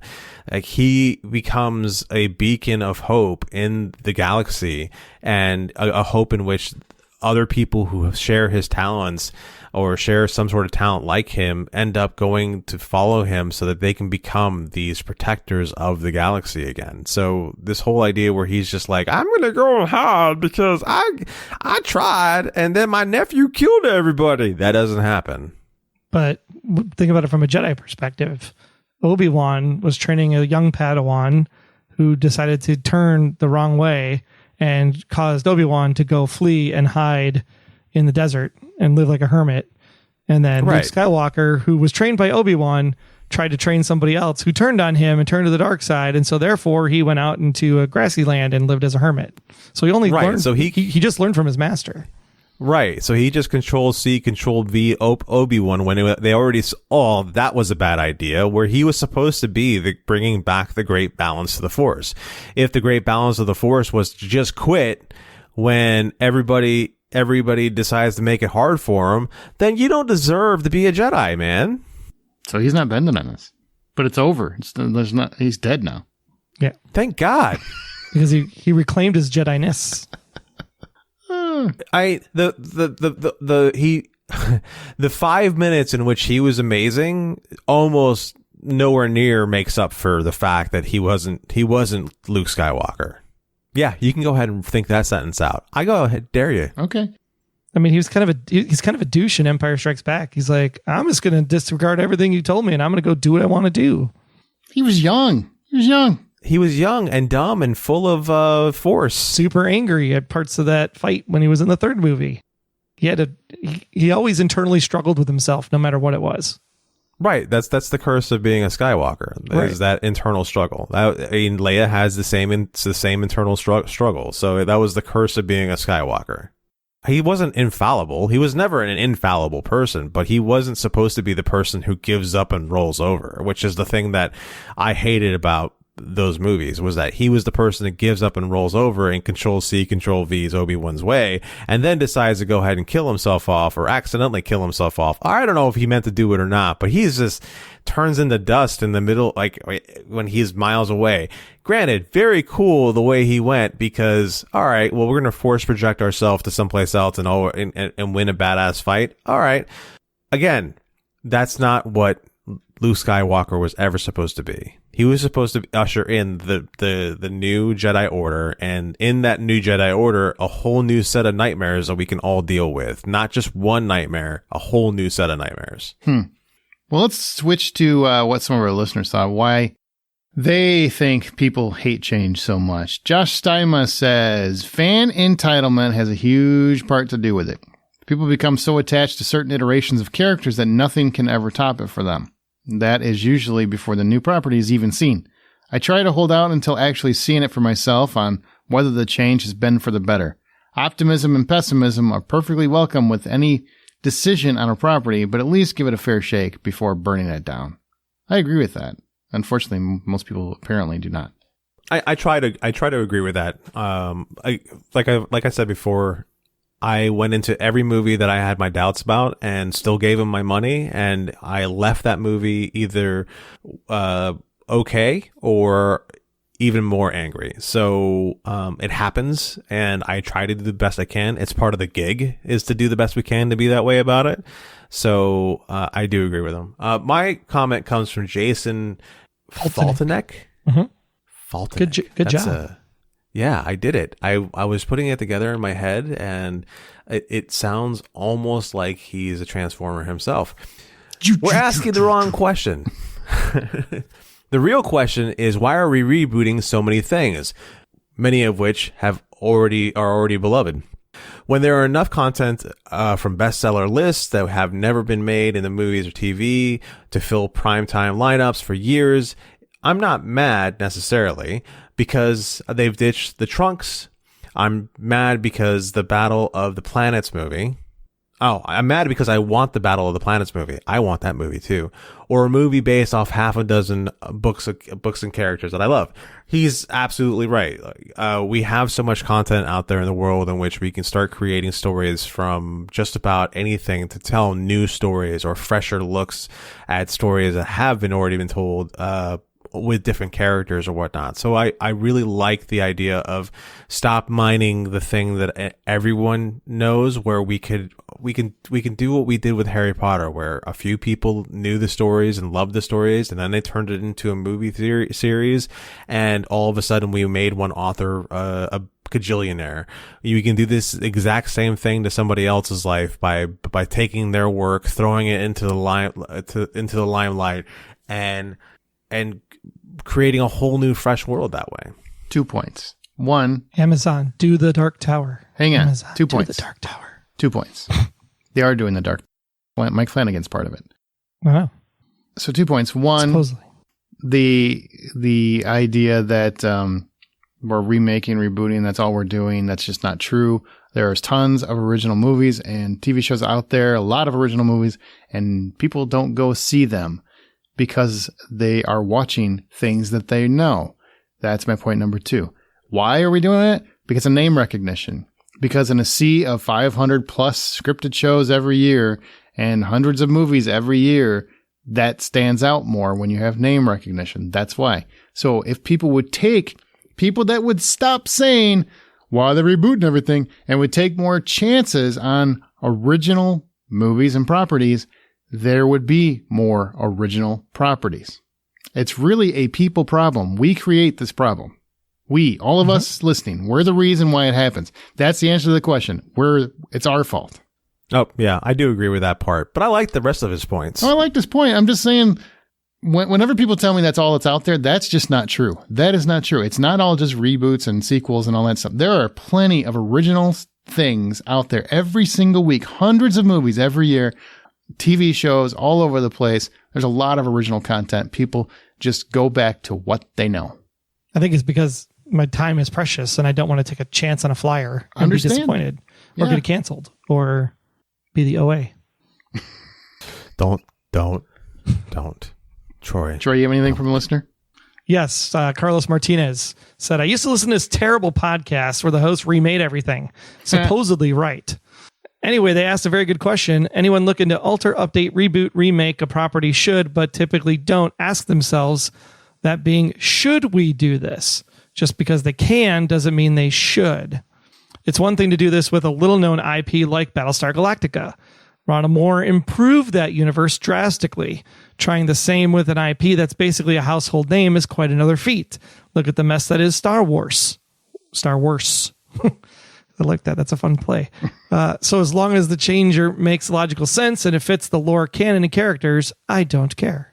That's kind of my stance. Like if you're expanding on the existing lore, it's fine. Rings of Power, fine. The new Emperor President Snow movie for the Hunger Games, fine. Like those are stories in the universe. Let's tell them. It's interesting. But just stop mining nostalgia. Like don't remake Goonies. Yeah, there's no reason to remake Goonies. Do the Goonies movie that we came up with on Remake This Movie Right, where they're older and it's their kids that are doing the thing. People would watch it. Aren't they making that one now? No, I don't know. It's all nothing confirmed on what they're doing. It's it's done. It's done. That's why I'm not giving into the Dark Tower until I actually see a trailer. Fair enough. And the podcast he's talking about is Remake This Movie Right, and there's still 60 episodes out there in your podcast feeds if you want to check it out. It was a good show. They're fabulous. Fabulous. Good, fun show to do. All right, well, share your thoughts on this episode or anything else in our Facebook group or on Twitter @BuyPopcorn. Our website is thehollywoodoutsiders.com. You can find John's artwork on Insta and Twitter @RJohnDraws. Amanda, if you can find her, she's on @SinkIntoThis. Troy is @TroyHeinritz, and I am @AaronSmirks. Now in line with the topic this week, take a beloved property or character of yours and tell us how you would change that property or character to reach a completely demographic. I don't know why I went this way, and I didn't take it as big of a property as I probably should have, but I thought this was going to be great. Let's take the show Doomsday Preppers, right? And instead of making it a show about people who are getting ready for a doomsday situation, let's do it like Hoarders, where we're dealing with people with some sort of mental illness and how we are working through that mental illness. I've never seen Doomsday Preppers. I don't even know what that is. It's a show in which people are creating bomb shelters and okay. All right. Interesting. Isn't it just hoarders but underground? Technically. Because they're hoarding toilet paper. All right, Troy, what do you got? That's interesting. I picked Survivor, longest running game show, almost close to The Price is Right. But they used to, like, in the early days, went to like different locations. Now they're just in Fiji all the time. So I want a version where they have to survive on the streets of a city. How do they survive? How do they survive the concrete jungle? Right? And then the challenges are like scavenger hunts for a much needed item or tool in order for them to actually survive on the streets. Here we are. We just drop these 10 white people. These 10 white people from an affluent neighborhood in the middle of Skid Row with nothing but the clothes on their back and the one item they brought. Well, they'd be dead. I'd watch it, though. I would watch it. Bye-bye. See ya. They live down in the subway tunnels with all the people down there. Apparently this whole topic I thought way deeper than either one of you ever did. But I would remake Indiana Jones as either an African, an Asian, or a Hispanic man, because Indiana Jones is my favorite character, and the reason being that we've already got the Harrison Ford versions. That's not going anywhere. As he kind of like traversed through history as a white man. I want to see the numerous aspects of history through other cultures and historical items they might have worshipped, things like that. And I would love to see that brought to life through an archaeologist based on that historical record. Then that way I never lose the films that I've loved over the course of my life, but I'm exposed to different cultures and different history. And I think that's important. And it also would be a lot of fun. I mean, obviously you could also do Short Round, because Short Round lends himself obviously to a spinoff with Ke Huy Quan back in the limelight. I think it's a perfect time to do something like that. But you could also just do Indiana Jones that way. I mean, and that's a way to teach kids history and get them interested to explore history of other cultures. Yeah, definitely. That's one of the things that I've always liked about National Treasure in general, is because people, and actually, guess what, guys? We have a Constitution. What? Yeah. What? Nick Cage stole it. Go read up. It's an important document. What are these amendments thing? I only know one or two of them. Why does it smell like lemon juice? Right. Anyhow, like but the aspects of hearing these different stories that are from history, or even the made up stories from history, is pretty cool. It's also why I liked Falling Skies so much, because Falling Skies, you have a history teacher teaching you about how the U.S. and how the world dealt with war in this scenario in which they're fighting aliens. Until the final season. And then you were kind of like, where is this going? Right. Star Child. Well, interesting conversation. Went totally V on it. Totally V. I love V. I miss V so much. The first 2 seasons are great, though. Oh, you're talking about the new one? I don't give a shit. No, Falling about Skies. No, he's talking about Falling Skies. Oh, they're talking about V. Nobody would ever make that mistake about the V's TV series. Let's talk about a hard line against something. Just saying. Yeah. Oh, I'm like, that new TV series sucked. What are you talking about? That's not good. I like Marina Baccarin, but nope. I was going to say, we were watching it for Elizabeth Mitchell and Marina. That's the only reason we were watching it. Yeah, and even that wasn't enough. I couldn't keep going with it. I'm like, nope, I'm going to go watch the 80s versions again for the 15th time. Only the 15th time? You got to get those numbers up. Well, do we count Independence Day? Because we should. That was great. Wonder what Mark Singer's doing now. I don't know, looking grizzled as all hell. I think Home Depot gives him a break. Wow.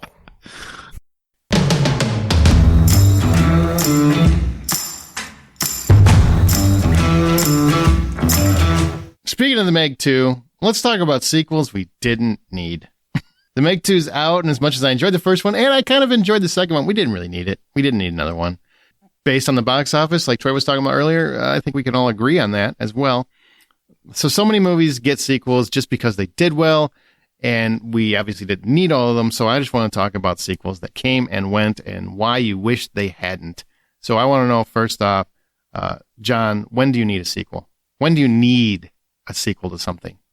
Oh, for me, I need a sequel for something when the characters are just so well created that I want to spend more time with them, that I want to see the furthering adventures of that character. Or on the flip side of it, if there's a hint to a backstory in which there's an ability to see where they came from, that so we're talking prequel, but technically it is still a sequel. Like the whole prequel idea, it really whatever. Anyhow, like it essentially for me, sequels are important when you have characters that you want to spend more time with. Ultimately. Yeah, we're not talking about prequels. I don't need to know how John McClane became John McClane. We're talking about what he did after he saved all of those people. And I think prequels count as sequels because it's the second thing that came after the first thing. I guess wouldn't have technically. The second thing wouldn't have happened if the first thing hadn't happened. Right. I mean, we only call them prequels because they happened before the movie, but they're technically sequels because of the order in which they're released. Feels like a technicality. All right. So what about you, Trey? When do you need a sequel? I think when you get to the end of the movie and the hero has like the hero moment and then the anti-hero is still out there. So I think on like Alita Battle Angel, like that one clearly screamed like, where's part 2? Because you're at the point where she's about to ascend into the sky and you're like, come on. Or like the Matrix where you're like, yeah, he might have beat this one person, but now that he's beat this one person, like what other things are out there? Because Neo is just so badass. That's when you're like, I definitely want a second movie. Or when you get like where it's like set up to be a movie for a sequel, like Back to the Future, like roads where we're going, we don't need roads, and it's like, oh yeah, we're going to the future, let's go. Literally says to be continued. It does. So movies that are like that where they have a clear setup for a future possibility, I think those are ones that are ripe to say like we could do a sequel if we get the time. Yeah, for me, it's all about the end of the movie. How much I want to know what happened to the main characters. I remember seeing. A good example is The Mummy. I was dying to see Rick and Evie again just because I adored them together and they were fun to watch. And I didn't expect that going into a Mummy movie. I expected to, really just care about what The Mummy was doing. Ended up caring more about the characters than I did The Mummy. Literally, they could have made the next movie without a mummy and still called it The Mummy Returns, and I still would have wanted to see it. Yeah, absolutely, because those characters are endearing and wonderful on screen together. Rick and Evie had so much great chemistry, and even Jonathan had great chemistry with the two of them. Sure. And then you go to the third movie, and you've got, like, Walmart Evie, and it just doesn't work. Oh. It just Maria Bello is Walmart that's hurtful. Evie. Walmart but yeah, you're right. Evie. You're right. Yeah. I'm just saying that's hurtful. You're also right. It doesn't just have to be the characters either. It could be story concepts. So don't want to give anything away with Hijack, but like I don't need a second season of Hijack, but there's concepts in Hijack that are definitely worth exploring further. All right, so let's talk about some examples of sequels that you were excited for, but once you got them, suddenly you wish it was just the one film. So the ones that I keep on coming back to, The Legend of Zorro, the sequel to... You didn't like the sequel? No, I did not like the sequel at all. There was just something missing. There was something missing about the second one. I really enjoyed the first one for the build up and for the relationship between Anthony Hopkins' character, who's wearing brown face, I guess, the whole time. Yeah, he never got called out for it, but he sure did. Yeah, he sure was. You know, there was a lot of great moments with those characters, and it just didn't seem to hit the same way for me. Men in Black 3. That needed to stop after Men in Black 2. That needed to stop after Man in Black 1, sir. I like the third one, but I get the second one, but I get it. I'm with you. And you know, The Chronicles of Riddick was not the movie that I was expecting. You didn't like Chronicles of Riddick? No. Oh man, I loved all three of the Riddick movies. I have no problems with any of them. I like the first one and I like the third one. I love the second one. The second one, it felt like they were trying to make it too epic, and I think that's where for me the problem is that it didn't need to be an epic story. The whole story of this guy surviving situations was good enough for me. Yeah, I mean, for you, but I like the idea of expanding the story and making this absolute jackass who's a complete loner and doesn't care about anybody become controller of this entire world. I thought that was an awesome twist, man. I dug that. Well, I thought it's fun. You may have liked that, but in this third movie, they took it all away from him. Didn't care. Still got the second movie. You got to enjoy it, man. I dug all three of those movies. And it's funny because Pitch Black, I hated the movie the first time I saw it, except I loved that character. And then I went back and rewatched it. I ended up liking the movie. It's one of those rare occurrences where it won me over after multiple viewings. Right. Finally, Boondock Saints 2 was one that I was looking really forward to. That's fair. Yeah. Yeah. It missed the mark pretty hard, especially with Sean Patrick Flannery's new face. It really bothered me. Jeez, it's cold, man. He's not Mickey Rourke. He's getting there. I think he fights too. I think he fights a lot too. That's probably where it came from. How about The Matrix? So head damage? Troy, you just talked about The Matrix, and that's my prime example of I wanted that sequel so bad, and then once I got the sequels, I just wanted them to fade from my memory, and I never want to see them again. Yeah, it's up there. And the first one, you were talking about that one. Yeah, you were talking about how like at the end you couldn't wait for the next thing and everything else. But now that I've really kind of torn myself away from any of those sequels, I watched the first one. I think it ends perfect. It does. I'm the superhero. I own this place. Mm-hmm. Right. There's a good moment at the end where you can just be like, all right, I'm done. The second and third ones were a mess because that's another one to me where they said, okay, well, now we need to make this story even more epic, and they missed the mark with it. Mm-hmm. Yeah. Speed, I think, is the obvious one. No Keanu, don't make a movie. You know what I mean? Right. But I did want that. I wanted a sequel bad, and I even went and saw it because I got excited for it. Yeah, Sandra and Keanu working together, it was magical. Yeah. They're wonderful together, man. Jason Patrick and Sandra though, not so much. I was just about to say put Sandra with anybody. They got great chemistry, but Jason Patrick on the other hand has negative chemistry. Yeah, so it actually makes Sandra unlikable. Right. The most energy he's ever had was in Lost Boys. And he did. Oh, that's not saying much. That's what I'm saying. That's not saying much. He just looks like morose the whole movie there. That's just who he is. You know, he's just not a energetic actor. I think the only movie where his energy matched the movie perfectly was Rush. Yeah. And everybody raved about that role. Oh, he's so good in Rush. Yeah. You know what he's not good in? Fun movies. He just isn't fun. And then there's a couple of Stakeout 2. I love the first Stakeout. This is very 80s, but Richard Dreyfuss and Emilio Estevez, I think, were a wonderful team. That first Stakeout is one of my favorite like 80 buddy comedies. And then they made a sequel, and I was so excited for it. It's kind of like another 48 Hours, same kind of thing, right? I couldn't wait for a sequel, and then I got it, and all I wanted was to forget about it. It's because of Rosie O'Donnell and the dog, isn't it? She did. Yeah, she ruined it for sure. She was not entertaining. And another 48 Hours, I don't know how that one went so south, because there's no way an Eddie Murphy movie in the 80s with full R rating should have not been good. But it was kind of like Coming to America too. And I thought, since we're talking about Eddie Murphy, Beverly Hills Cop 3, one of the worst sequels of all time. Yeah, for sure. Gives theme parks a bad name, and I worked at Six Flags. It really did. And that score, that was such a horrible, horrible score. I just don't understand. You have Axel Foley, the theme, and you have the first two movie scores, which are, and a lot of great soundtracks and everything else. And then you get Beverly Hills Cop 3, and it sounds like it's almost like you're trying to recreate the theme park vibe by having like a kid-friendly score, and it's horrible. Mm-hmm. What about you, Troy? Ones you were excited for, but once you got them, you said, oh. I mean, we talked about it already. Back to the Future 2. Everybody wanted that movie. And then, oh my gosh, what happened? Bill and Ted, Bogus Journey. You were just at the time in '89, you were like, man, these guys are awesome. We got to hear the greatest song in the world. Let's go. And then Bogus Journey happened. So thankfully, Face the Music righted all the wrongs. Did it for you? How dare you? I never saw that one. Yeah, Face the Music I thought was really good to make it a full loop trilogy. Oh yeah, Face the Music was great. I don't know how you do not like Bogus Journey though. If you take death out of the movie and it's a horrible movie, death is the thing that saves the movie and makes it watchable. I think you guys are about to fight, and I kind of wish you would. Lather up in butter first. Why butter? I don't know, because I'm hungry.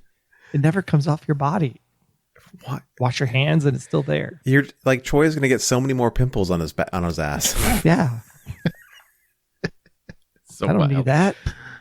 On Stranger Tides, Pirates of the Caribbean, the trilogy was done. Didn't need any more. I can't join you on that one. As much as I don't like the third movie, I really enjoy Johnny Depp's Jack Sparrow, and the fourth and fifth one, I really like both those movies. I don't care what anyone says. Even though the fifth one isn't really a Jack Sparrow movie, it's just a Pirates movie. Right. But it rights the wrong of the third movie, so I kind of... Major League 2. Major League ended on such a high note, you're like, okay, are they going to go to the series? Are they going to take it all? We got to keep this team together, and then back to the minors, and Isn't I was what? They replaced Wesley Snipes with Omar Epps? Yep. What? Yep. Who made that call? No offense. Apparently, I would probably say Wesley Snipes did. Probably, but I'm sorry. Just get a new character. Don't try to have him play. Omar Epps just does not. He cannot match the same energy. It's kind of like Jason Patrick. He cannot match the energy of Wesley Snipes. He just cannot do it. Right. Epps is a great actor, and he does his thing in his wheelhouse, but he's not Wesley Snipes. Juice. Attitude. Oh man, Juice is a great movie. It is a great movie. It's like saying, let's do White Man Can't Jump again, but put Omar Epps in there instead. No. Or whatever that recent one was. God, that was not good, by the way. I tried to watch that remake that just came on Hulu. White Man Can't Jump. I couldn't get very far. That's such a great movie. How did they make it cleaner than the movie? Is that what they did? No, it's just updated. Just so not needed. Just none of the charisma of the first two. Sorry. Woody Harrelson is a very underappreciated actor, charismatic actor. I feel like he's never really been, even though people like him, like him in movies, I don't know if he's ever really gotten the appreciation he deserves for how well he balances another actor. And he and Wesley Snipes together are like magic. Because Wesley Snipes is, I've long said, is one of the most underrated actors still working. Because he deserves such a better career. I don't care what his ego's like. A lot of actors have egos. He was a fantastic actor and a great action star.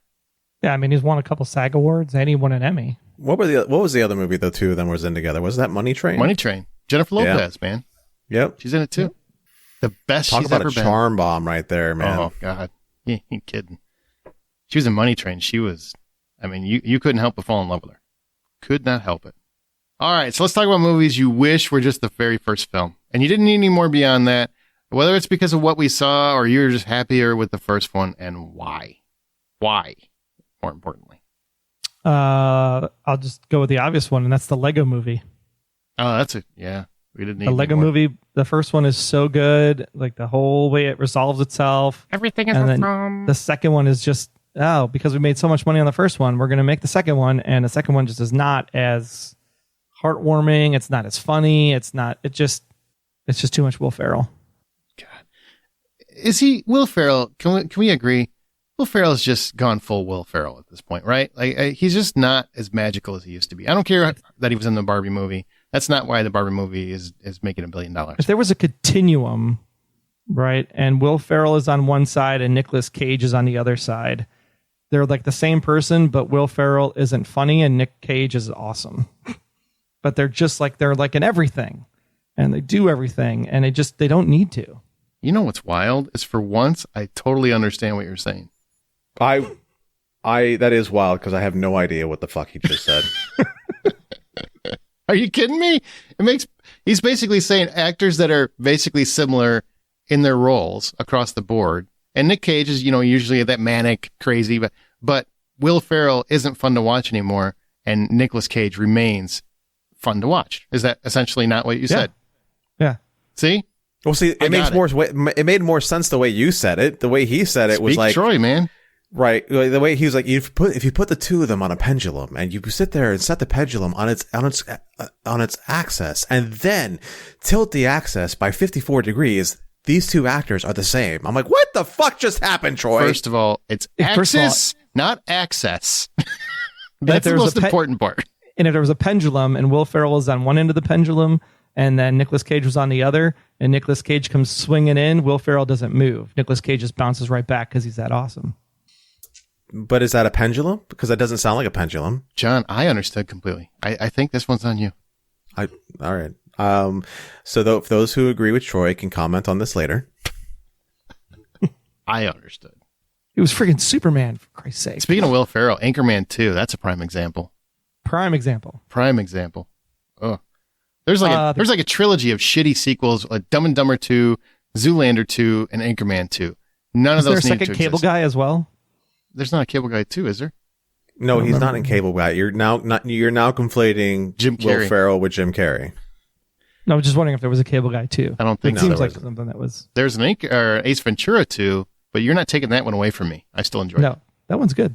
I like both of those movies. The Godfather 2, totally did. Tuna. Godfather 2 did not need to happen. I'm with at you. All. Most of the world will not be with you on that one. I'm with you. The Ring 2 absolutely was not needed. They solved the mystery. They knew who the person was.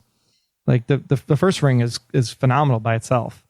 Even Ringu, the original, is even really good. Ends perfect too. Ends perfect. The whole 10 yards. What the actual? Yeah, that was wildly unnecessary. Why did they make a sequel to that? That's a movie that the first never one made so much money. Yeah, but it really wasn't a massive. I think if you go look it up, I think it was like $57 million or something around that number. It wasn't massive. Yeah, it became like a cult hit after the fact. Like Whole 9 Yards was just like, oh, it's Bruce Willis. Oh, it's Amanda Peet. Oh, okay, let's watch this.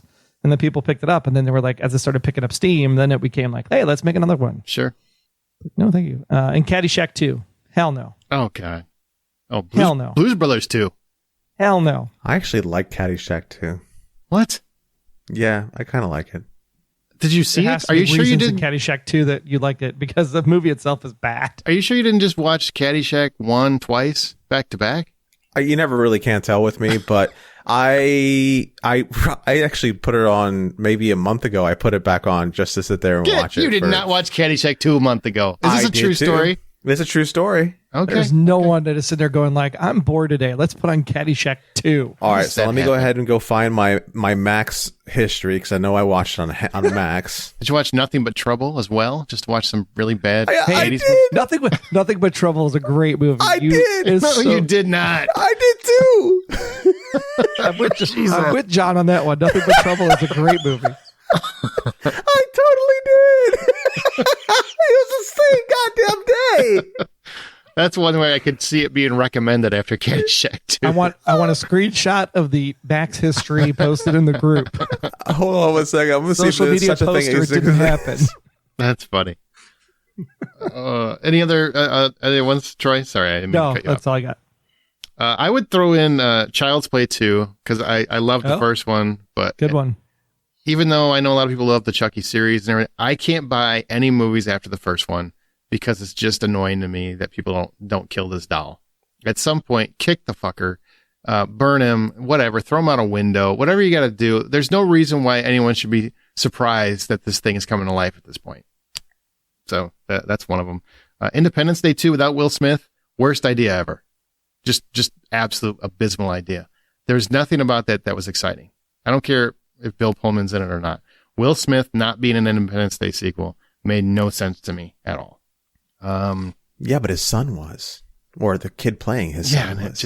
it just did not work. It was dumb. Didn't have even a fourth of the charisma of Will Smith. And Disney is doing it everywhere, but Hocus Pocus 2, Disenchanted, like these sequels that nobody, I mean, I guess Hocus Pocus 2, some people wanted, but Book of Boba Fett. that's not a sequel. That's a TV show. I just want to shit on it. Yeah, they just do a lot of these sequels to things just to make money, and it just doesn't work for me. For me, my list is pretty easy. Blade Runner.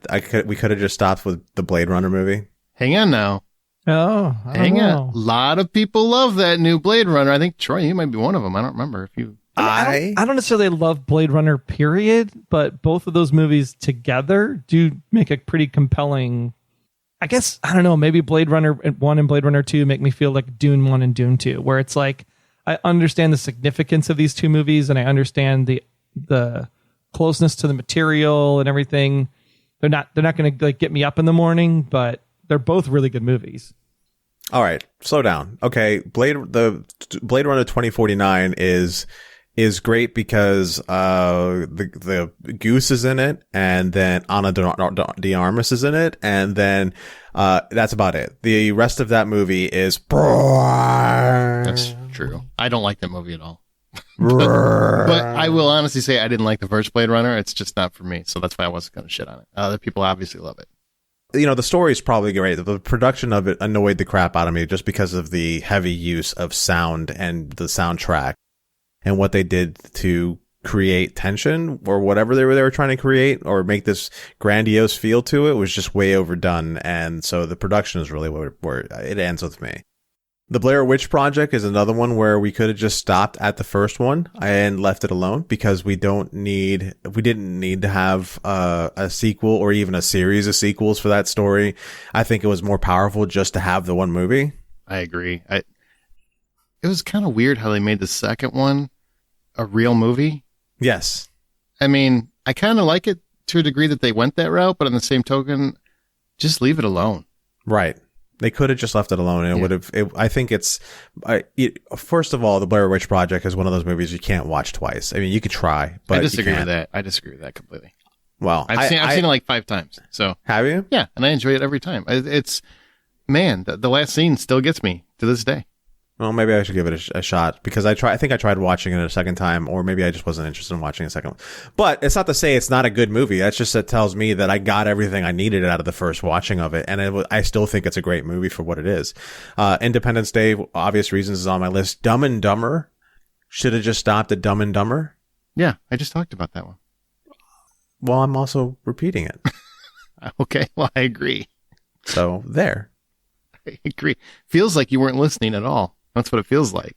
I was too busy probably looking up my HBO Max history to see if I can find Caddyshack 2. Caddyshack 2, and then Nothing But Trouble. And then did you go like Spies Like Us? You just did the whole 80s Dan Aykroyd, Chevy Chase mix. You know what? I didn't go down Spies Like Us. That would have probably absolved me of any crime I might have committed by watching Caddyshack and then Caddyshack 2 and then Nothing But Trouble. To go to Spies Like Us to really absolve me of all the crimes I just committed by doing that. But no, I didn't do that. The crime is that if you would have gone to Spies Like Us and not seen Fletch, then you would have had a real issue. But Dan Aykroyd and Chevy Chase aren't in Fletch together. No, but Chevy Chase is. You know, I have weird off topic, but I had a friend who was very religious, and he used to make the joke that, you know how, there's a God? Dan Aykroyd married Donna Dixon. Yes. Because the only way that happens is if you pray every day for years. Mm-hmm. It was made me laugh. But now they're separated, so it makes all the sense in the world. You know what? Don't ruin a good thought, okay? Don't ruin it. Just let me roll with it, man. Let me have it. Anything else, or you want me to go to what listener comments were? Let's go to listener comments, see what they had to say. Okay, Josh Steinman has a perfect example. The Hangover. Yeah, I could have seen that being stopped at the first movie and not needed the rinse and repeat of the 3 movies, but it also gave us the joy of what is Bradley Cooper now. I think we had Bradley Cooper after the first movie. Maybe you're right. Yeah. Michael Weinrich says Avatar, but he also says, come to think of it, we didn't need the first one either. Feels like you're just not an Avatar fan because those movies are making bank. Yeah, those movies are making bank. However, I mostly agree with him because I don't understand. I watched both movies. I don't understand why everyone loves those movies so much because I don't get anything out of it. Sure. Andreas Grihalsi, it says Highlander and Scream. Yep. Oh, yeah. Yep. Highlander's a great one. That should have just stopped at one. And Jaws. He's got 3 of them. Jaws, Highlander, and Scream. I know I'm in the minority of this, but I will say that Jaws after Jaws 3 should have been the end of the story. So you're a big fan of Jaws 3D? I am. Did you see it in 3D? No, I did. I did. It was ridiculous, but also quite enjoyable. Yeah. I love that. If you watch it now and you know that it was shot in 3D and you just see the shark, like, I don't know, where he's supposed to be swimming at you, but it just looks like he's swimming still. Mm-hmm. It's pretty wild to watch it on TV. It is pretty wild. It also has this, Dennis Quaid. I know. It's the only reason that I watched it more than once, honestly. Right. I love the Quaid. Becky Phillips, Underworld. I don't know if I ever saw any of the sequels, if I'll be perfectly honest. I saw the first one and I'm like, I'm good. I saw the sequels and I'm going to agree with her. Yeah, I'm going to agree with her. Jennifer Miller. These are interesting ones. Basic Instinct, RoboCop, Wall Street. I never saw the Basic Instinct sequel, so I can't. I don't think I did either. Yeah. RoboCop, I agree. Never. They've remade it. They've done sequel. No one's ever come close to that first movie. No one. So the first two were great. I don't think the second one's that great, but I mean, if you feel differently, then so be it. I enjoy the second one. The third one, when they lose Peter Weller, just doesn't make sense anymore. No, it doesn't. I think they're making a video game with his voice back in it, though. That's cool. Yeah. Jason West, Wrong Turn, specifically. I actually think Wrong Turn 2 is not a bad movie, but I agree. That first one is a really good horror flick, and they should have just left it alone. There's some interesting ones in here. Michael Weinrich also said, I was going to say Breakin', but then we would lose the running joke whenever we hear a movie that is getting a sequel that shouldn't get one, like Speed 2, Electric Boogaloo, The Matrix 2, Electric Boogaloo, etc. That's a good point. That is a very good point. So thank God we have Breakin' 2, Electric Boogaloo, which I actually kind of like. Kristen Mackey, Exorcist, very quickly comes to mind. Yeah. Exorcist 3 is actually a very good sequel. I do love Exorcist 3. That's the one with George C. Scott. Yes. Right? Yep. Yeah. Got Patton in it. The second one like, I know it's related, but it almost feels like the difference between Halloween 2 and Halloween 3. Sure. I could see that. Yep. Yeah. I could see that.